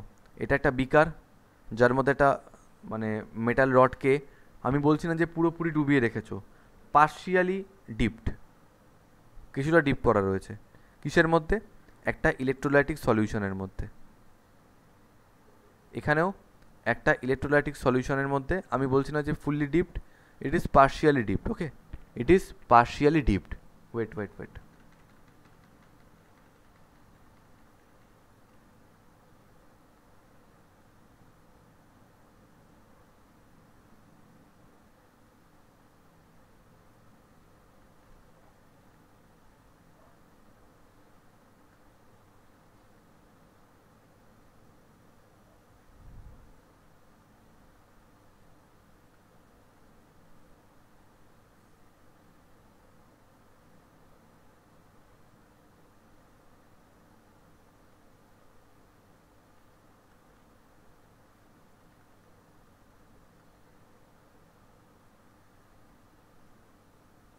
তো দুখানা ইলেকট্রোলাইটিক সলিউশন নিয়েছি, এইটা একটা আর এখানে একটা রয়েছে, এইটা একটা রয়েছে। তো এটাও একটা মেটাল প্লেট,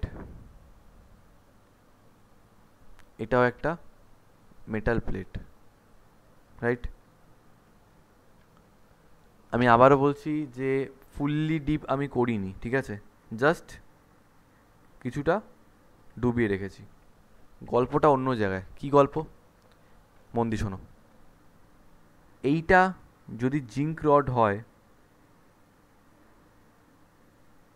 এইটা যদি কপার রড হয়, okay, Daniell cell is made up of this two metal rods, zinc rod and copper rod.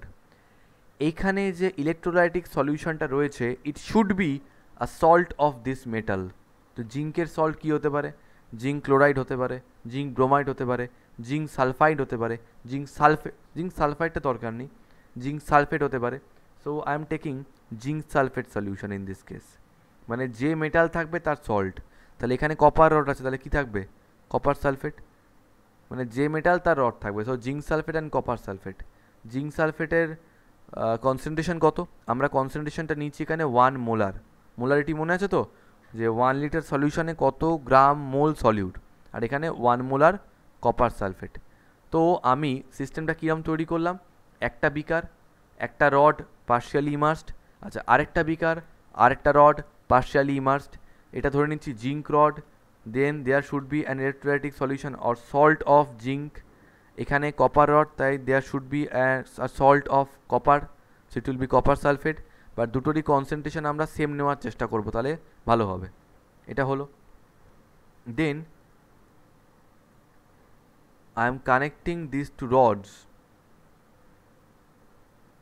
I am connecting these two rods with a conducting wire. এখানে একটা এরকম কানেকশন টাইপের রয়েছে, আর এখানে একটা গোল টাইপের জি লিখে দেবে, G. What is G? G means galvanometer. তোমাদের বইতে হয়তো ভোল্ট মিটার লেখা থাকবে, বাট ভোল্ট মিটারের কানেকশন এরকম হয় না, it's wrong. It should be galvanometer or ammeter, ঠিক আছে? আচ্ছা এইটাকে কি বলে? Sir this is known as, ধরো তোমাদের ঘরে যে সুইচ, ঠিক আছে, সুইচ কেন থাকে? তুমি ধরো ঘর থেকে বেরিয়ে গেছো, ঠিক আছে, দেখো ইটস লাইক এরকম, ধরো একটা ফ্যানের ধরো এরকম কানেকশন, তুমি ধরো ঘর থেকে বেরিয়ে গেছো, তাও ফ্যানটা বন বন বন বন করে ঘুরছে, তাহলে তো হবে না। তখন তুমি কি করবে? এই ফ্যানের সঙ্গে ইলেকট্রিক্যাল সাপ্লাইয়ের যে একটা কানেকশান আছে, ওটাকে তুমি কাট করে দেবে। কাট করে দেওয়া মানে এরকম করে দেওয়া। তো সেটা আমরা কিসের সাহায্যে করি? সুইচের সাহায্যে করি। সেরকমভাবে it is also a switch, যেটাকে আমরা কি বলছি, কি চাবি, এই একই জিনিস, সুইচ কি একই জিনিস, কি। And this is galvanometer, okay, this is galvanometer. তাহলে আশা করি বুঝতে পারলে। এখানে একটা বিকার, এখানে একটা বিকার, এখানে একটা রড, এখানে একটা রড, ঠিক যেই রড সেই মেটালেরই একটা সল্ট থাকবে এখানে, এখানে যে রড সেই মেটালেরই একটা সল্ট থাকবে এখানে, এখানে সল্টের কনসেন্ট্রেশন 1 মোলার, এখানেও সল্টের কনসেন্ট্রেশনটা 1 মোলার। আমরা আমাদের ইচ্ছা মতো বানিয়েছি। এইবার এই যে মেটাল প্লেট দুটো রয়েছে, মেটাল প্লেট দুটোকে একটা ওয়্যার দিয়ে কানেক্ট করেছি। সেই ওয়্যারের মধ্যে রেখেছি এটা কিকে কেন রেখেছি? Because we want to control the conduction. যদি আমরা ঘরে সুইচ না রাখতাম, তাহলে লাইট ফ্যান সারাক্ষণ জ্বলতো, ইলেকট্রিসিটি ফুরিয়ে যেত, আমাদের বিল প্রচুর বেশি আসতো, ভালো কথা। আর এই গ্যালভানোমিটারটা কেন ইউজ করেছি? যদি বাই চান্স এখান দিয়ে কোনো কারেন্ট ফ্লো করে, সো আমরা এই গ্যালভানোমিটার থ্রু দিয়ে কারেন্টটাকে মেজার করতে পারবো, দ্যাটস, আর কিছু না। তো this is the construction of Daniell cell. কিন্তু ছোট্ট একটা জিনিস বাকি রয়েছে। কি বাকি রয়েছে?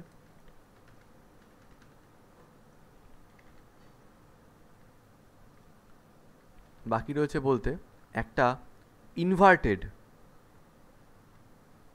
Inverted U shaped glass tube. কি বলছি? ইনভার্টেড ইউ শেপড মানে ইউ আকৃতির একটা কাঁচ নলকে আমরা এর মধ্যে নিমজ্জিত করেছি বা ডিপ করেছি।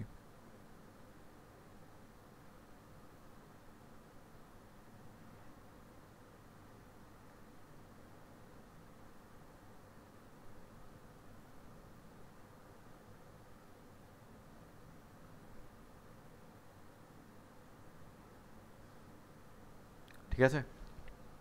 নাও হোয়াট ইজ দিস? এই যে ইউ আকৃতির উল্টানো একটা কাঁচ নল, যেটাকে ইংলিশে কি বলে? Inverted U shaped glass tube. কি বললাম? ইনভার্টেড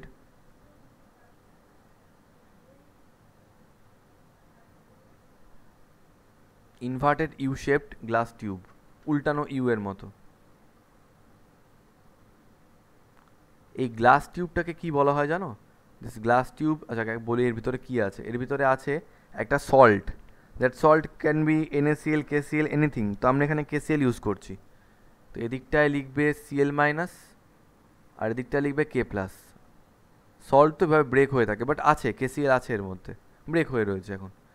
সেরমভাবে আমি যদি তোমাকে বলি যে এর ভিতরে আছে হচ্ছে একটা KCl সল্ট, তার জন্য এটাকে বলা হয় হচ্ছে salt bridge. This inverted U shaped glass tube is known as salt bridge.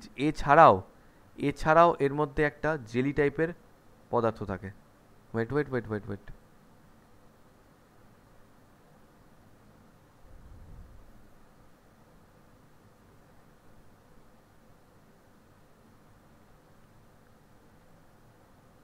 একটা, বাবার বেশি ডিপ হয়ে গেল।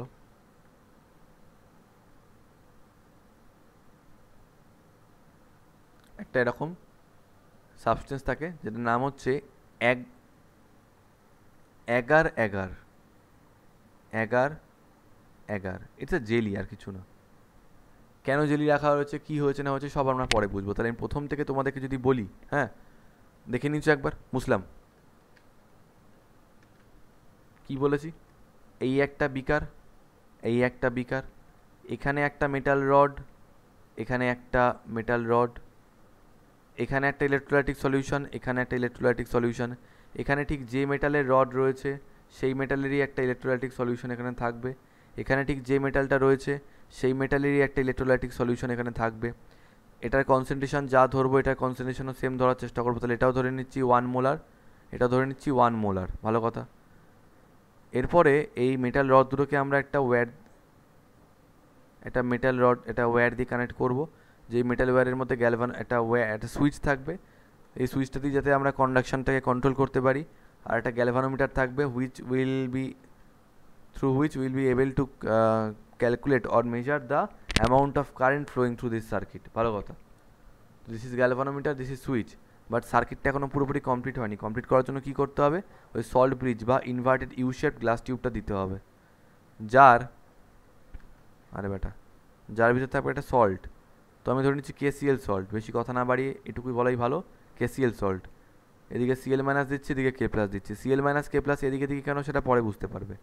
আর এর ভিতরে থাকবে একটা এগার সল্ট। আই হোপ তোমাদের পুরো কনস্ট্রাকশনটা ক্লিয়ার। প্রত্যেককে জিজ্ঞেস করছি, কনস্ট্রাকশন ক্লিয়ার হয়েছে ড্যানিয়েল সেলের? আচ্ছা, তাহলে মোহক আমি যদি তোমাকে জিজ্ঞেস করি যে একদম পুরো কনস্ট্রাকশনটা মুখস্থ বলো, বলতে পারবে আমাকে? Yes, sir. At first we have to take 2 beakers. হ্যাঁ, তারপরে? Then the first beaker should contain ZnSO4.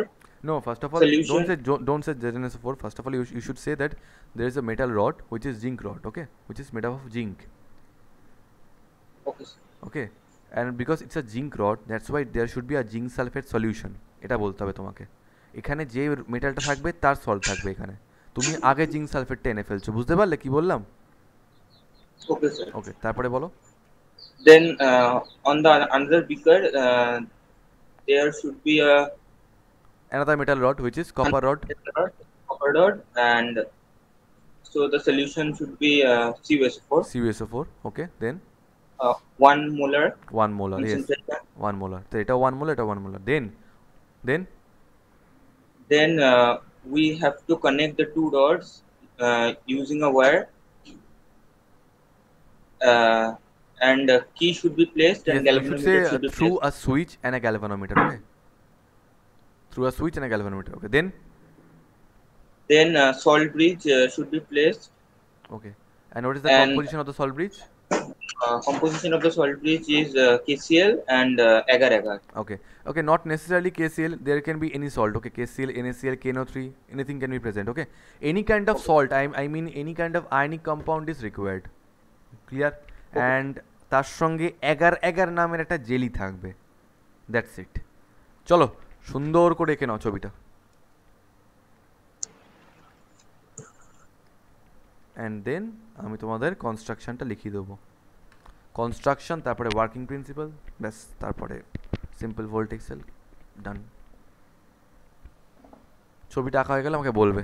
তোমাদের তো রং চং কিছু করতে হবে না, তোমরা তো নর্মালি আঁকবে। আর হ্যাঁ, আরেকটা কথা, কুচি কুচি করে এঁকো না। এই মিথিরাকে বিশেষ করে বলছি, মিথিরা বড্ড ছোটো করে আঁকে, কারণ এই ছবিতে আরও আমার মডিফিকেশনস করার বাকি আছে, সেজন্য মোটামুটি বড় করে এঁকো। এমন না যে পুরো পাতা জুড়ে, কিন্তু এঁকো মোটামুটি,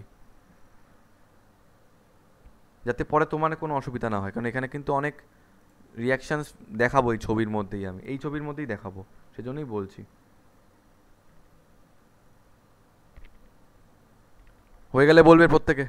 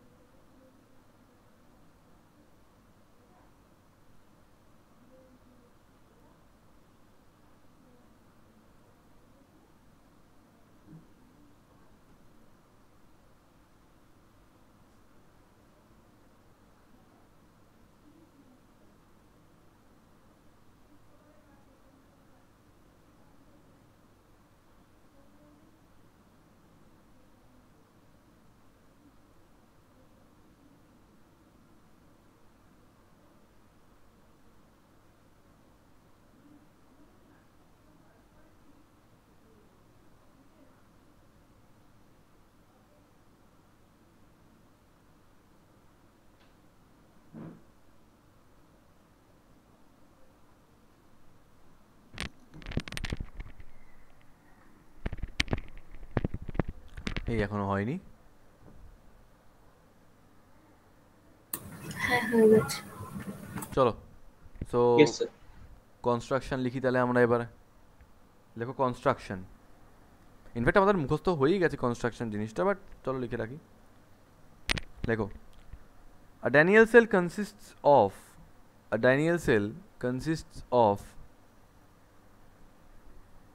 two compartments, full stop. On the left compartment,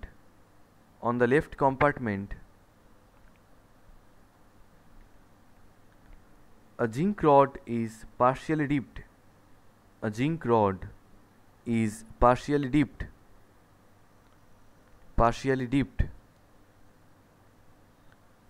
into a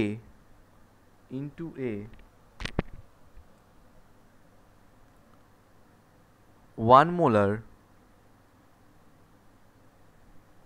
zinc sulfate, dipped into 1 molar aqueous solution of aqueous spelling জানো তো, AQUEOUS, aqueous solution of zinc sulfate, and on the right compartment and on the right compartment a copper rod is partially dipped into a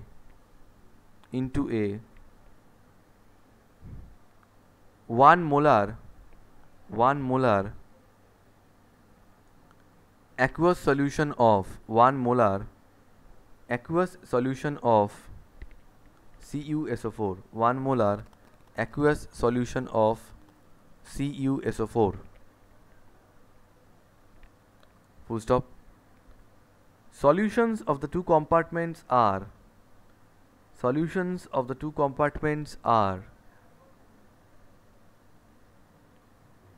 connected by a salt bridge, comma, an inverted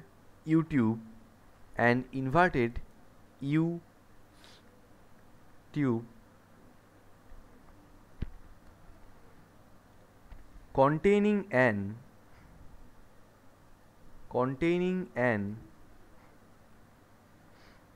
inert electrolyte in a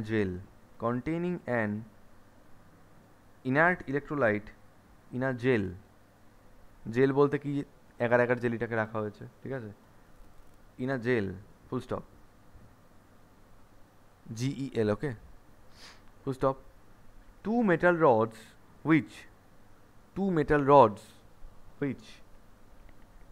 act as electrodes,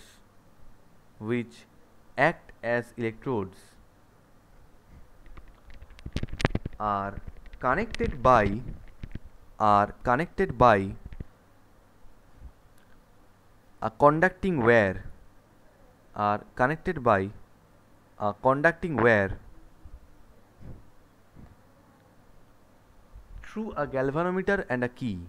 through a galvanometer and a key, ঠিক আছে।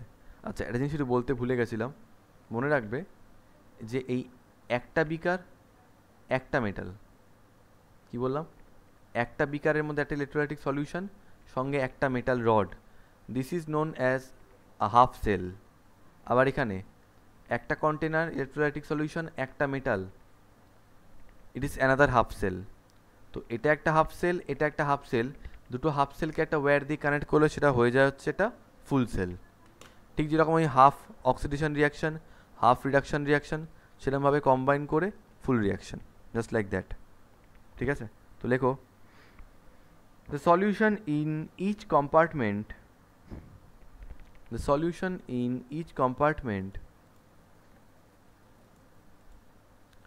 along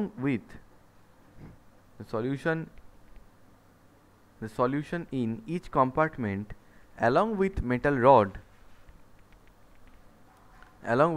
rod is called a half cell.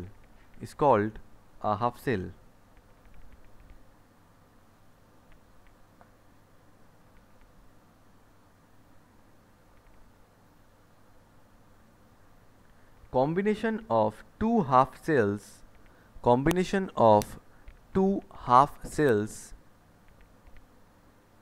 constitutes a complete cell. তাহলে দুখানা, মনে রাখবে এই জিনিসটা, দুখানা half sell connect করে তৈরি করা হয় একটা ফুল সেল বা একটা complete cell. Please remember this thing, ঠিক আছে। So construction is done. তো একবার পড়ে নিয়ে আমরা কি বললাম, আর Daniell cell consists of two compartments, এই যে এইটা একটা, two compartments. On the left compartment zinc rod is partially dipped into 1 molar aqueous solution of zinc sulfate, and on the right compartment a copper rod is partially dipped into a 1 molar aqueous solution of CuSO4. ভালো কথা, জিঙ্ককে চোবানো হয়েছে zinc সালফেটে, কপারকে চোবানো হয়েছে copper সালফেটে, পাতি কথায়। তারপরে বলছে solutions of the two compartments আর, এই সলিউশন আর এই সলিউশন দুটোকে কী দিয়ে একটা কানেক্ট করেছে, একটা inverted U shaped glass tube, যেটাকে বলা হয় সল্ট ব্রিজ, দিয়ে কানেক্ট করেছে, যার মধ্যে জেল রয়েছে। আবার ভালো কথা, two metal rods which act as electrodes are connected by a conducting wire through a galvanometer and a key. The solution in each compartment along with metal rod is known as what? কি বলেছি, সিঙ্গেলগুলোকে কি বলা হয়, half sell, আর দুখানা half sell connect করে কি তৈরি করে, a full cell or a complete cell. But that's it. So this is the construction of a Daniell cell. এটাই মনে রাখতে হবে তোমাদের, এটা মনে রাখতে পারলেই হয়ে গেল, মনে রাখতে পারলেই গেল। বেশ, এবার হেডিং দাও working principle. Working principle, working principle লেখানোর আগে আমি বোঝাবো। যদি বুঝতে পারো কাজটা সহজ হয়ে গেল, যদি বুঝতে না পারো বিরাট বড় বাঁশ হয়ে গেল। মন দিয়ে শুনবে। এই চ্যাপ্টার পড়াতে গিয়ে তোমাদেরকে আমি একটা টপিক পড়াবো যার নাম হচ্ছে স্ট্যান্ডার্ড ইলেকট্রোড পোটেনশিয়াল। আর এই টপিকটা তোমাদেরকে আমি ক্লাস 11-এ একবার করিয়েছি অলরেডি। যখন রেডক্স রিয়াকশন পড়িয়েছিলাম তখন আমি তোমাদেরকে স্ট্যান্ডার্ড রিডাকশান পোটেনশিয়াল বা স্ট্যান্ডার্ড ইলেকট্রোড পোটেনশিয়াল টপিকটা করিয়েছিলাম। বেশ ভালো কথা, কিন্তু 12-এ ওটাকে আমাকে আবার করাতে হবে, and in a more detailed way. ওটা তো অনেক উপর দিয়ে বেরিয়ে গেছিলাম আমরা 11-এ, কিন্তু 12-এ অনেক ডিটেলড পড়বো আমরা জিনিসটা। তো ব্যাপারটা কী অ্যাকচুয়ালি এটা আজকে আমি বলবো না, বাট স্ট্যান্ডার্ড ইলেকট্রোড পোটেনশিয়াল তুমি বলতে পারো ইট ইজ বেসিক্যালি একটা রেজাল্ট। এটা একটা রেজাল্ট ছাড়া অন্য কিছু নয়, যে রেজাল্টের বেসিসে আমরা বলতে পারি যে কোন ছেলেটা অক্সিডেশন করবে আর কোন ছেলেটা রিডাকশান করবে, ঠিক আছে। তো জিঙ্ক আর কপারের এই রেজাল্টটা বেরিয়েছে। রেজাল্ট ওয়াইজ দেখা যাচ্ছে যে কপারের কিন্তু রিডাকশান করার টেন্ডেন্সি বেশি আর জিঙ্কের কিন্তু অক্সিডেশন করার টেন্ডেন্সি বেশি। So when you are comparing, আমি জানি না যে সিঙ্গেল অবস্থায় কী হচ্ছে, but when you are comparing these two metal atoms or metals, zinc and copper, তাহলে জিঙ্কের কিন্তু সবসময়ের জন্য ওদের মধ্যে জানবে অক্সিডেশন করার টেন্ডেন্সিটা বেশি আর কপারের কিন্তু রিডাকশন করার টেন্ডেন্সিটা বেশি, ঠিক আছে। এই গল্পটা মাথায় রেখে আমরা শুরু করছি। দেখো, এই যে জিঙ্ক রডটা কোথায় চুবিয়েছো, জিঙ্ক সালফেট সলিউশনের মধ্যে চোবানো হয়েছে। তো এটা তো তোমরা কোনোভাবেই ডিনাই করতে পারো না যে সলিউশনের মধ্যে প্রচুর জিঙ্ক 2+ আয়ন রয়েছে। ইয়েস, যেমন জিঙ্ক 2+ রয়েছে সেরকমভাবে SO4 2- আয়নের তো রয়েছে ইকুয়াল নাম্বার অফ। বেশ, সেজন্য ইলেকট্রোলাইটিক সলিউশনটা নিউট্রাল। এবার কি হলো জানো, এই যে জিঙ্ক রডটা রয়েছে, এই জিঙ্ক রডের কিছু মন দিয়ে শুনবে। এই জিঙ্ক রডটা কি অ্যাটম দিয়ে তৈরি? প্রচুর জিঙ্ক অ্যাটম দিয়ে তৈরি হয়েছে। এবার ফার্স্ট তোমাদের যে কাজ হবে এই সুইচটাকে আগে ক্লোজ করা, মানে সুইচটাকে কানেক্ট করা। তো সুইচটা যে কানেক্ট করলে সঙ্গে সঙ্গে সিস্টেমটা একটা কমপ্লিট সিস্টেম হয়ে গেল। Zinc and copper, now this zinc metal and copper metal is now connected through this wire. কারণ এতক্ষণ পর্যন্ত সুইচটা অফ করা ছিল, এবার সুইচটা অন করে দিলাম মানে কানেক্ট করে দিলাম। তো এখন জিঙ্ক আর কপার দুই ভাই এখন কানেক্টেড হয়ে গেল। তখন জিঙ্ক কপারকে বলছে আরে ভালো তো, তখন জিঙ্ক বলছে যে ঠিক আছে শোন, আমার তো অক্সিডেশন করার টেন্ডেন্সি বেশি, তাহলে আমি তো আগে অক্সিডেশন করব। তো অক্সিডেশন করে কি করছে জিঙ্ক, এই মেটাল রডের মধ্যে থাকা জিঙ্ক, মন দিয়ে শুনবে, এই মেটাল রডের মধ্যে থাকা জিঙ্ক অ্যাটমগুলো দুটো করে ইলেকট্রন মেটাল রডের ভিতরে ছেড়ে জিঙ্ক 2+ হয়ে বাইরে বেরিয়ে আসছে। কি বললাম? আবার বলছি, মেটাল রডের ভিতরে থাকা জিঙ্ক অ্যাটমগুলো দুটো করে ইলেকট্রন ভিতরে ছেড়ে জিঙ্ক 2+ হয়ে বাইরে বেরিয়ে আসছে। So the reaction is like this, zinc দুখানা ইলেকট্রন ছেড়ে তৈরি করছে zinc 2+। So it is the example of an oxidation reaction. তাহলে প্লিজ আমাকে তোমরা বলো, এই যে জিঙ্ক রডটা এখানে কি রিয়াকশন হচ্ছে, oxidation reaction or reduction reaction? তাহলে এখানে অক্সিডেশন রিয়াকশন হচ্ছে, তাহলে জিঙ্ক রডের মধ্যে অক্সিডেশন রিয়াকশন হচ্ছে। তাহলে অক্সিডেশন রিয়াকশন যদি হয় জিঙ্ক রডের মধ্যে, তাহলে জিঙ্ক রডটাকে আমরা কি বলবো, ক্যাথোড বলবো না অ্যানোড বলবো? স্যার অ্যানোড বলবো। So in this case the zinc rod is an anode. Anode zinc রডটা এখানে অ্যানোডের মতো বিহেভ করছে। আর কি হচ্ছে লক্ষ্য করে দেখেছো, প্রত্যেকটা জিঙ্ক অ্যাটম এখান থেকে দুটো করে ইলেকট্রন ভিতরে ফেলে জিঙ্ক 2+ হয়ে বাইরে বেরিয়ে যাচ্ছে। তাহলে কি আমি বলতে পারি যে এই মেটাল রডটা আস্তে আস্তে আস্তে আস্তে ইলেকট্রনে ভরে যাবে। ইলেকট্রনে ভরে যাওয়া মানে কি চার্জ তৈরি হবে এখানটায়? Negative charge. সো এই রিয়াকশনটা হতে হতে হতে হতে this metal rod will be negatively charged. Metal রডটা রিয়াকশনটা কীরকম হচ্ছে, জিঙ্ক দুখানা ইলেকট্রন ছেড়ে দিয়ে জিঙ্ক 2+ তৈরি করছে, তাই তো? জিঙ্ক 2+ ওটা সলিউশনে বেরিয়ে যাচ্ছে। ওকে, নো প্রবলেম। তার মানে এই রডটার মধ্যে অক্সিডেশন হচ্ছে, অক্সিডেশন হওয়া মানে ওটা অ্যানোড। আচ্ছা, আর সাইনটা দেখো অটোমেটিক্যালি কী হয়ে গেছে, নেগেটিভ। আরে আমি করিনি, ইলেকট্রনগুলো জমছিল তাই নেগেটিভটা হয়ে গেছে। Is that clear? আমি কিন্তু করছি না।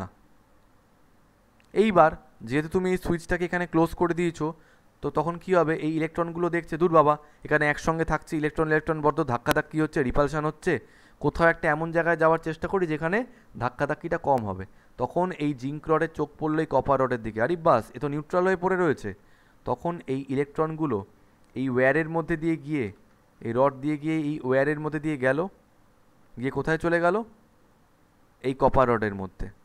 ইলেকট্রনগুলো এই ওয়্যারের মধ্যে দিয়ে, গ্যালভানোমিটারের মধ্যে দিয়ে গিয়ে এই কপার রডের মধ্যে চলে গেল। কপার রডে গিয়ে কপার রডের ঠিক সারফেসে গিয়ে বসে রয়েছে, ঠিক আছে, কপার রডে গিয়ে, কপার রডের ঠিক সারফেসে গিয়ে এরা বসে রয়েছে। ভালো, আচ্ছা এবার তোমরা তো এটা ডিনাই করতে পারো না যে এই যে কপার সালফেট সলিউশন রয়েছে, so it is the combination of copper 2+ and SO4 2- ions, right? তো কপার 2+ আয়ন মিডিয়ামে রয়েছে, মিডিয়ামে কপার 2+ আয়ন রয়েছে, আর কে রে মেসেজ পাঠায় সকাল সকাল, আর ইকুয়াল নাম্বার অফ SO4 2- ও রয়েছে, ইকুয়াল নাম্বার অফ SO4 2- ও রয়েছে, তবেই না এটা নিউট্রাল স্টেটে থাকে। হ্যাঁ sir, equal number of SO4 2- ও রয়েছে। তো এখন কি হবে, এই কপার 2+ আয়নগুলো এই ইলেকট্রনগুলোকে পাচ্ছে, ঠিক আছে, পেয়ে ভিতর দিকে ঢুকে যাচ্ছে, কপার 2+গুলো এই ইলেকট্রনগুলোকে অ্যাকসেপ্ট করে ভিতর দিকে ঢুকে যাচ্ছে। তাহলে তোমরা আমাকে বলতে পারবে যেখানে কীরকম রিয়াকশান হবে? কপার 2+গুলো এই দুখানা ইলেকট্রন নিয়ে ভিতরে ঢুকে যাচ্ছে, তাহলে এখানে কীরকম রিয়াকশান হচ্ছে? কপার 2+, ইয়েস রিডাকশান হচ্ছে, কপার 2+ দুটো ইলেকট্রন নিয়ে তৈরি করছে copper, so it's the example of reduction. তো এই মেটাল প্লেটটায় সৃজনী রিডাকশান হচ্ছে, রিডাকশান মানে কপার রডটা তাহলে কী হয়ে যাবে? ক্যাথোড, তাই না? এবং আরেকটা মজার কথা শুনবে, এখানে ইলেকট্রন ছিল তাই তো, বাইরে থেকে কপার 2+গুলো এসে ওই ইলেকট্রনগুলোকে খেয়ে নিচ্ছে। কি বললাম আমি? এখানে ইলেকট্রন ছিল, বাইরে থেকে কপার 2+গুলো এসে ইলেকট্রনগুলোকে খেয়ে নিচ্ছে। তো কোনো একটা জায়গায় ইলেকট্রন যদি খেয়ে নেওয়া হয় তাহলে ওখানে ইলেকট্রন ঘাটতি সৃষ্টি হয়। ইলেকট্রন ঘাটতি মানে ওটা কী সাইন দিয়ে বোঝাবো আমরা? Positive charge. মিথিরা, পজিটিভ চার্জটা বুঝতে পারলে কি বললাম? কপার রডের ইলেকট্রনগুলোকে তো বাইরের কপার 2+ আয়নগুলো এসে খেয়ে নিচ্ছিল, তাহলে ওখানে ইলেকট্রনের একটা ডেফিসিয়েন্সি বা ঘাটতি তৈরি হচ্ছে। ওই ডেফিসিয়েন্সিটা, electron deficiency means positive charge, তাই কপার রডটা পজিটিভলি চার্জড হয়ে গেল। বুঝতে পারলে? তাহলে দেখো automatically by the working principle zinc রডটা, মানে যেখানে অক্সিডেশন হচ্ছে, যেটা অ্যানোড, সেটা নেগেটিভলি চার্জড হয়ে যাচ্ছে due to storage of electrons. এবার কিছু কিছু ইলেকট্রন ওই ওয়্যারের মধ্যে দিয়ে আস্তে আস্তে আস্তে করে গিয়ে ওই কপার রডের মধ্যে চলে যাচ্ছে, কপার রডের সারফেসে গিয়ে জমা হচ্ছে ইলেকট্রনগুলো, বাইরের কপার 2+ আয়নগুলো ওই ইলেকট্রনগুলোকে খেয়ে কপার রডের ভিতর ঢুকে যাচ্ছে। অ্যাজ এ রেজাল্ট ইলেকট্রনগুলো খেয়ে নিচ্ছে, ফলে একটা ইলেকট্রন ডেফিসিয়েন্সি তৈরি হচ্ছে, তাই ওখানটা একটা প্লাস চার্জ তৈরি হলো।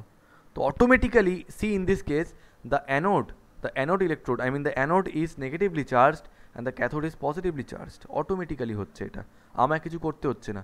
এবার তোমরা বলতে পারো যে স্যার এই যে এত কিছু হাতি ঘোড়া হলো, ইলেকট্রন গেল মেলো, এত কিছু হলো, অক্সিডেশন ও রিডাকশন হলো, স্যার এতে আমাদের লাভ কি হলো?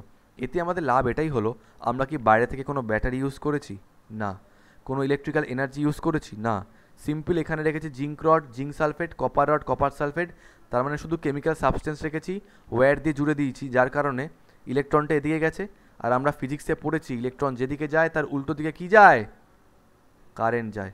সো এই ওয়্যারে এখান থেকে এদিকে, মানে from copper rod to zinc rod, from copper rod to zinc rod কি যাচ্ছে? কারেন্ট যাচ্ছে, মানে ক্যাথোড থেকে অ্যানোডের দিকে কারেন্টের ফ্লো হচ্ছে। Is that clear to everyone? Yes sir. চলো স্যার। হ্যাঁ বলো মোহক। বলছি যে জেডএন রডটা যেরকম Zn2++2 E- এই পার্টে ভেঙে যাচ্ছিল, দিয়ে সলিউশনে মিশে যাচ্ছিল, সেরকম তো স্যার কপার রডটাও তো Cu2++2 E- এখানে পার্টে ভাঙতে পারবে না? ওকে, সো মোহক ইজ সেইং যে স্যার জিঙ্ক যেরকম ভাবে, ওটা ভাঙা পড়ে না বাবু, ওটাকে বলতে হয় যে জিঙ্ক দুখানা করে ইলেকট্রন ভিতরে ছেড়ে বাইরে বেরিয়ে যাচ্ছে in the form of zinc 2+, মানে অক্সিডেশন হচ্ছে। আচ্ছা মোহক আমাদেরকে বলছে যে স্যার জিঙ্ক যে কাজটা করছে এরকমও তো হতে পারতো যে, আচ্ছা মোহক ফার্স্ট অফ অল তুমি যেটা বললে যে জিঙ্কের কাজটা যদি কপার করতো, তাহলে জিঙ্ক কি করতো? কপার যে কাজটা করছে, বুঝলাম, হ্যাঁ, মানে উল্টো, মানে কাজটা ঠিক ইন্টারচেঞ্জ হয়ে যেত, তাই তো? মানে জিঙ্কে এখানে অক্সিডেশন হচ্ছে, কপার রিডাকশন হচ্ছে, বাট মোহক ইজ সেইং যে স্যার কেমন হতো যদি কপারে অক্সিডেশন হতো, জিঙ্কে রিডাকশন হতো? ওই জন্যই একটু আগে আমি একটা টার্ম ইউজ করলাম না, that is known as standard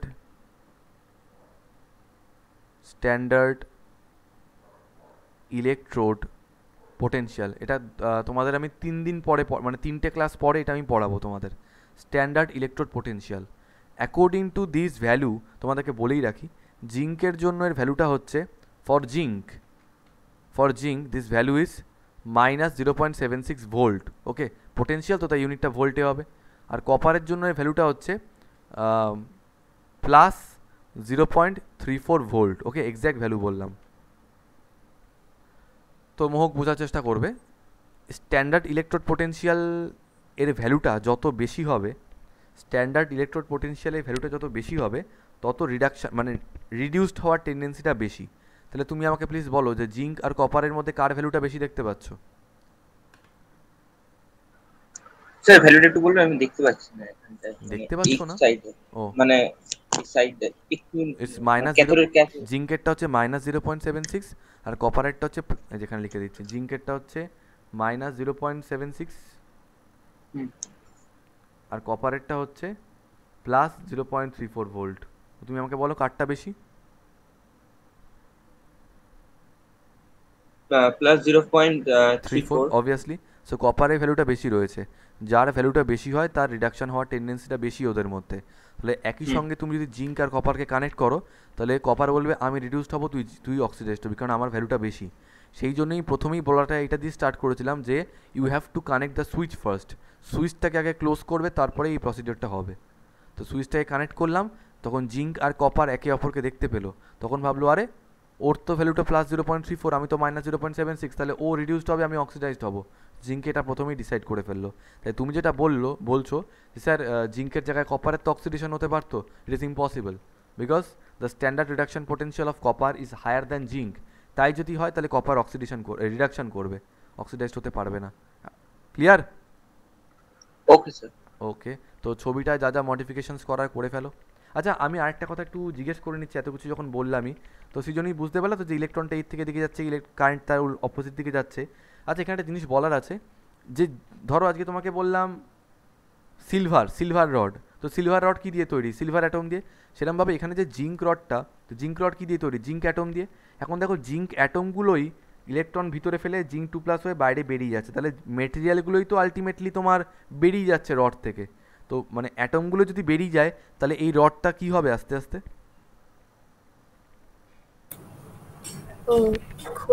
exactly, পাতি বাংলায় যদি বলি ক্ষয়ে যাবে, মানে ডিক্রিজ করবে, রিডিউসড হয়ে যাবে রডটা।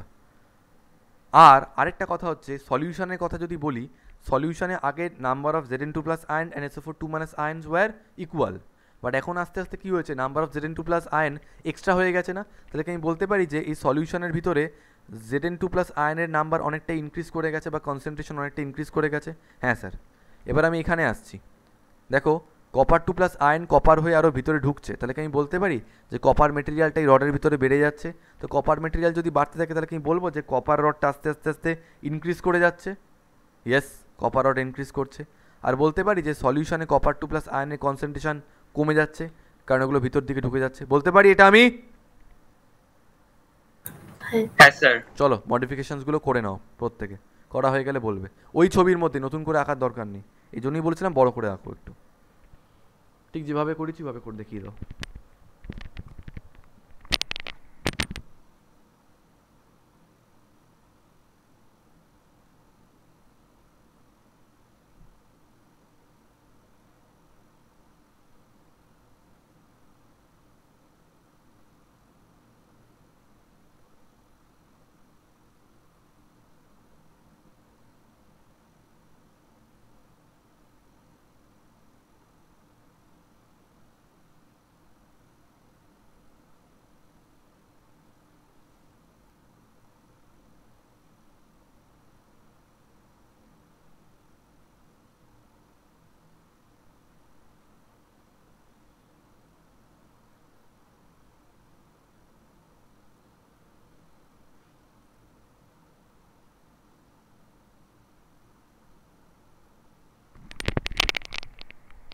সীতারাম, বুঝতে পারলাম আমরা?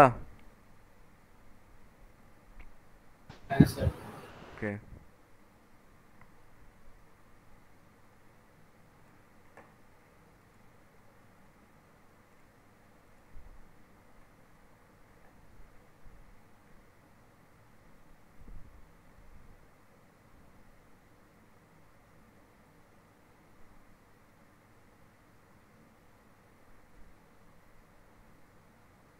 Yes, sir, it's completed. ওকে, প্রত্যেকের হয়ে গেছে আশা করি। তাহলে হেডিং দাও। আচ্ছা, এবার লেখো কনস্ট্রাকশন হয়ে গেছে, কনস্ট্রাকশন হয়ে গেছে। এবার আমরা ওয়ার্কিং প্রিন্সিপাল করব। তো লেখো working principal.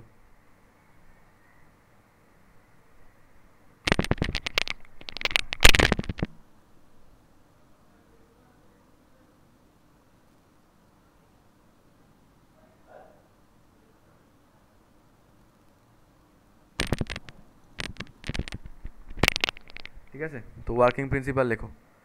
Number 1 point wise লিখবে। As soon as the zinc and copper rods, as soon as the zinc and copper rods are connected by, as soon as the zinc and copper rods are connected by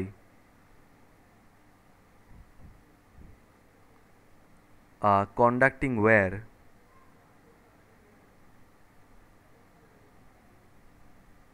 comma,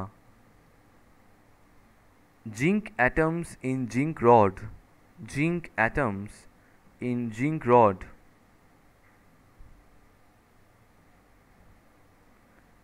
undergo oxidation.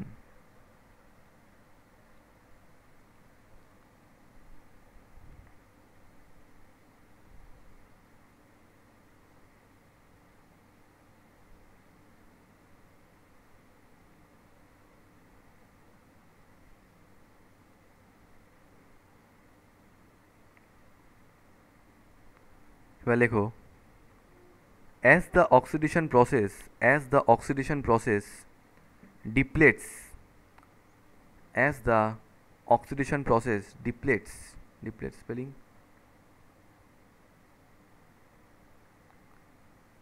as the oxidation process depletes the number of zinc atoms in zinc rod,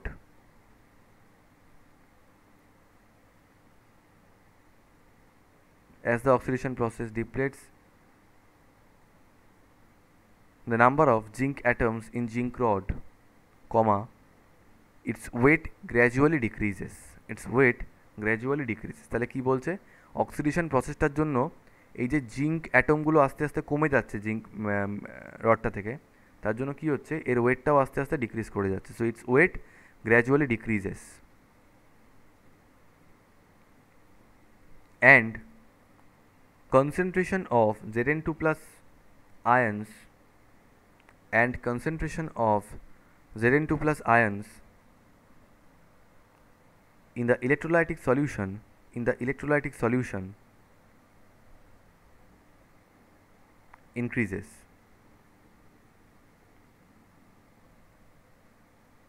ঠিক আছে,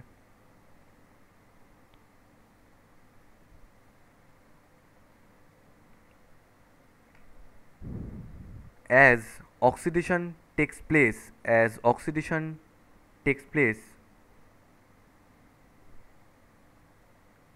in the zinc rod, as oxidation takes place in the zinc rod, it behaves as anode, it behaves as anode, it behaves as anode। লেখো anode reaction, নিচে লেখো anode reaction, anode reaction কি হবে, zinc atom দুখানা electron ছেড়ে দিয়ে তৈরি করছে জিঙ্ক 2+। ঠিক আছে, নেক্সট পয়েন্ট লেখো এবার, electrons generated at zinc rod, electrons generated at zinc rod, electrons generated at zinc rod flow through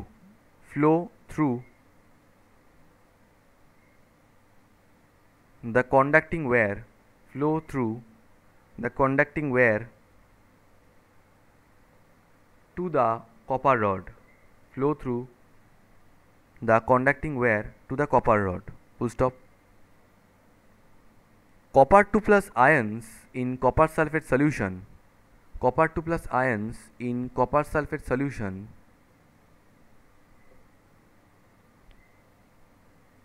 accept electrons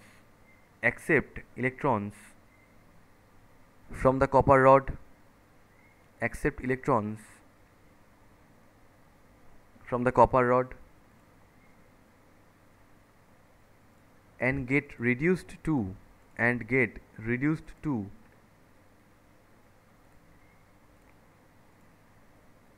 copper atom.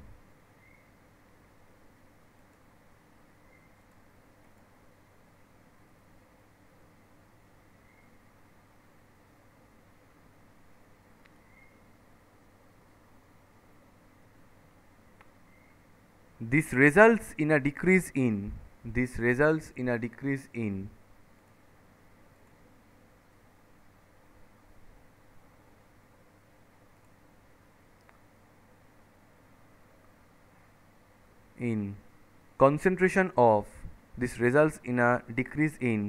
concentration of Cu2 plus ions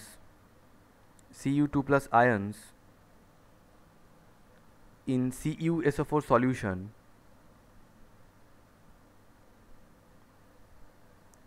and an increase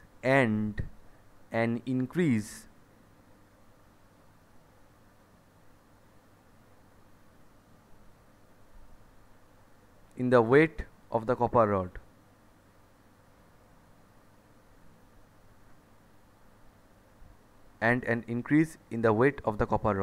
ঠিক আছে, তো লেখো cathode, যাই হোক, full stop. As reduction takes place in copper rod,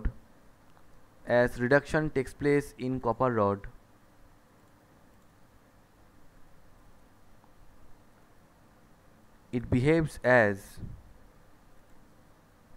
cathode. তাহলে cathode রিয়াকশনটা কিরম হবে আমাদের?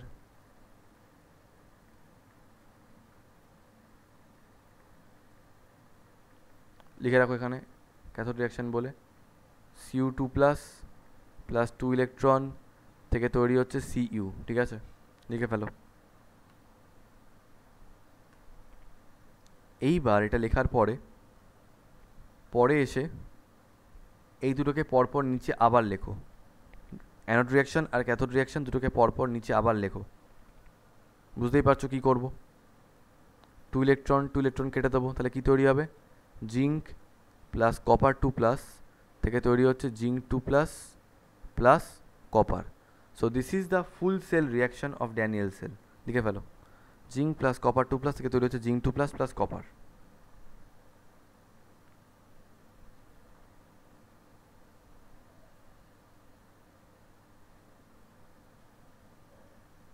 থার্ড পয়েন্টে লিখে রাখো। আচ্ছা, তাহলে একটা কথা বলি, ইলেকট্রন কোন দিক থেকে কোন দিকে যাচ্ছে? অ্যানোড থেকে ক্যাথোডের দিকে, মানে জিঙ্ক থেকে কপারের দিকে। তাহলে কারেন্ট কোন দিকে যাচ্ছে? কপার থেকে জিঙ্ক, মানে ক্যাথোড থেকে অ্যানোডে, রাইট? লিখে রাখো।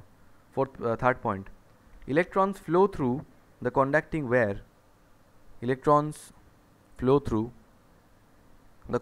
Wire,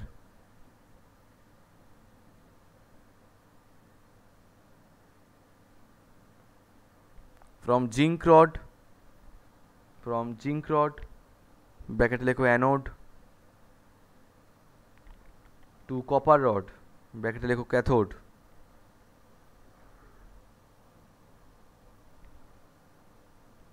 from zinc rod to copper rod, full stop. So according to convention,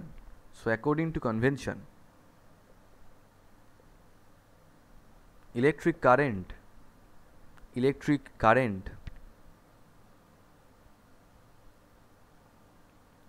flows through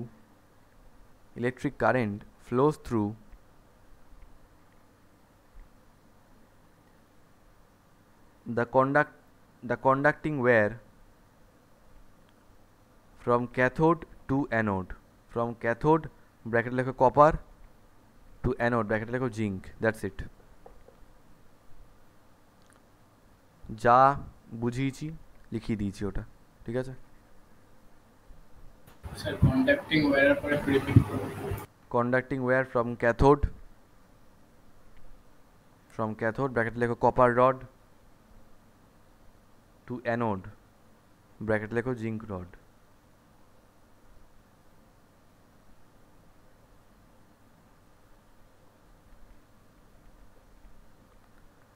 লেখো সিম্বলিক রিপ্রেজেন্টেশন।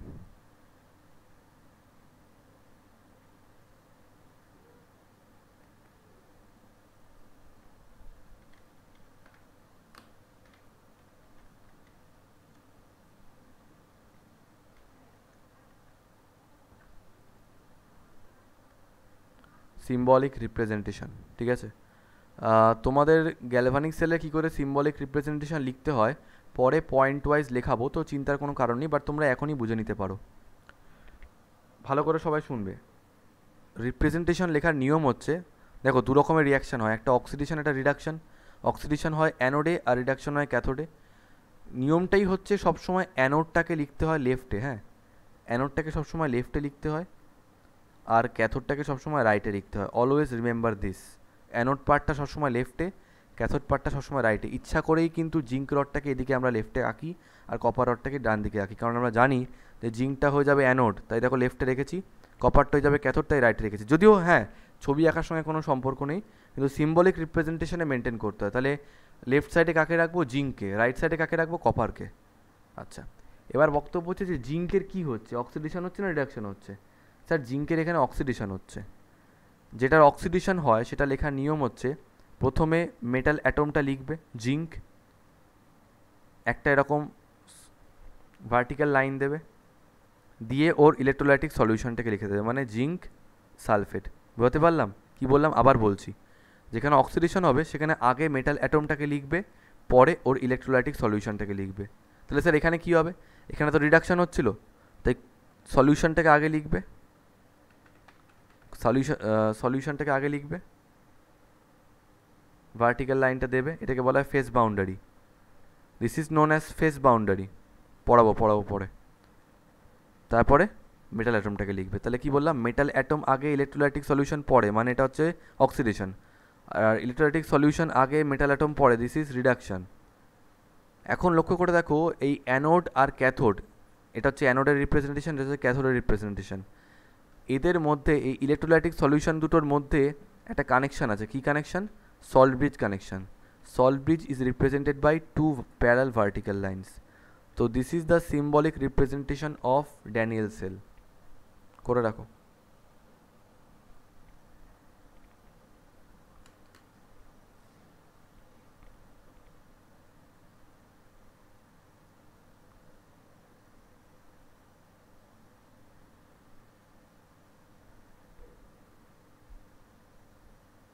ঠিক আছে, ওকে, এবার হেডিং দাও। সল্ট ব্রিজ লেখো। What is salt bridge? What is salt bridge?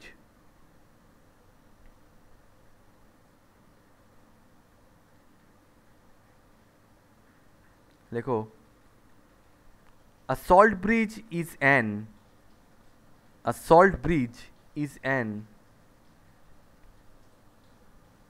inverted U-shaped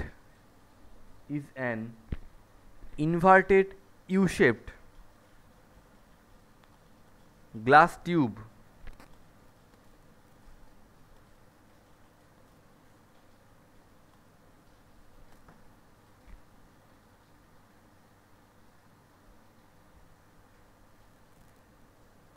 containing an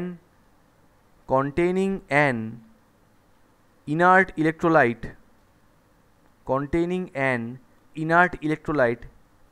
ব্র্যাকেটে লেখো such as NH4NO3, KNO3, KCl, etc.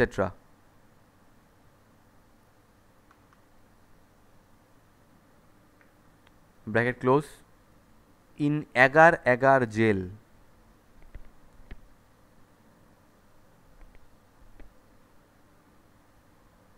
ঠিক আছে,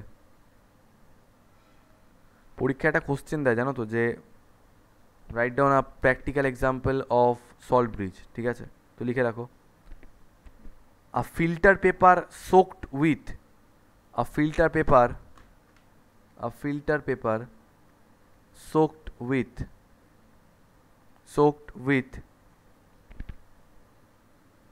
the solution of the salt bridge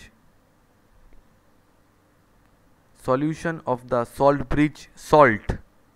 A filter paper soaked with the solution of the salt bridge salt is the simplest form of a salt bridge. Okay, now coming to the most important question. Lekho, what is the function of a salt bridge? Question day. What is the function of a salt bridge?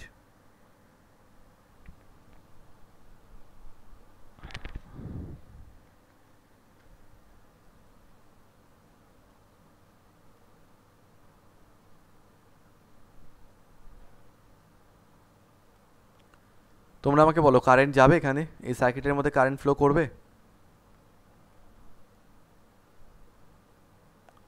এই সার্কিটের মধ্যে current flow করবে?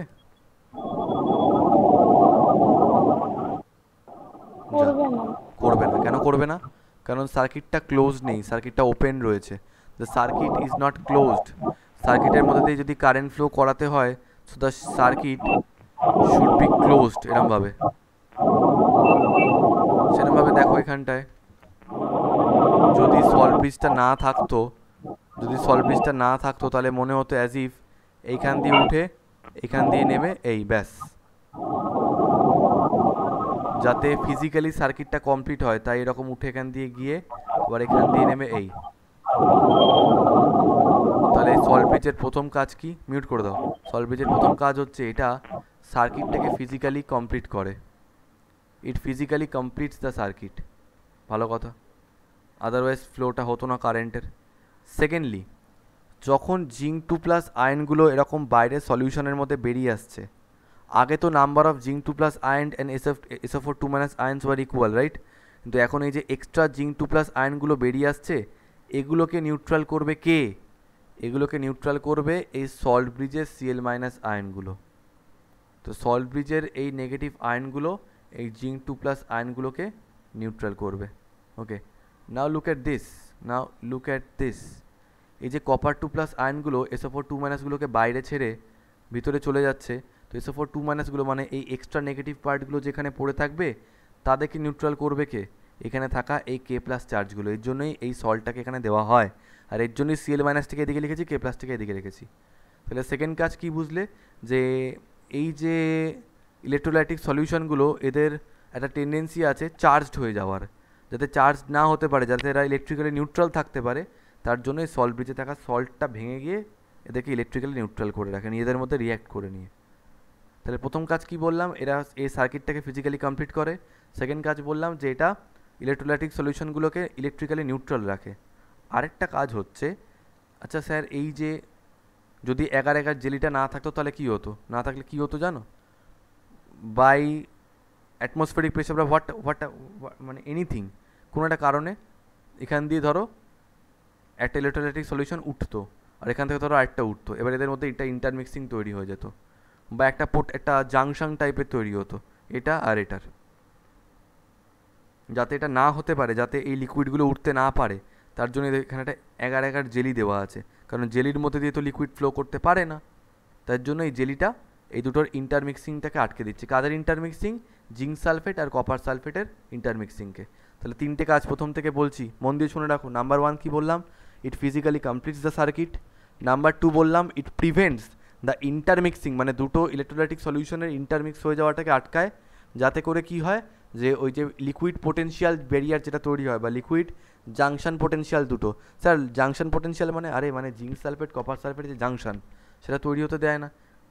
আর thirdly কি বললাম? Most important point, যে it keeps the electrolytic solutions electrically neutral. তো লেখো number one লেখো ফাংশনে, connects two half cells by completing the electrical circuit. By completing the electrical circuit. Number 2, prevents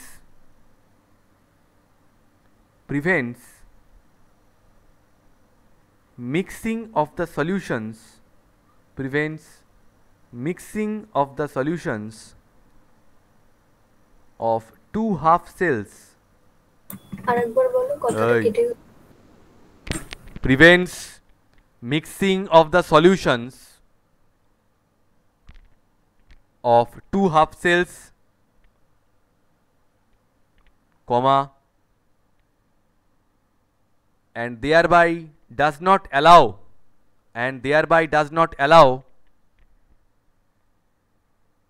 the formation of liquid junction potential. Third point, keeps the half cell solutions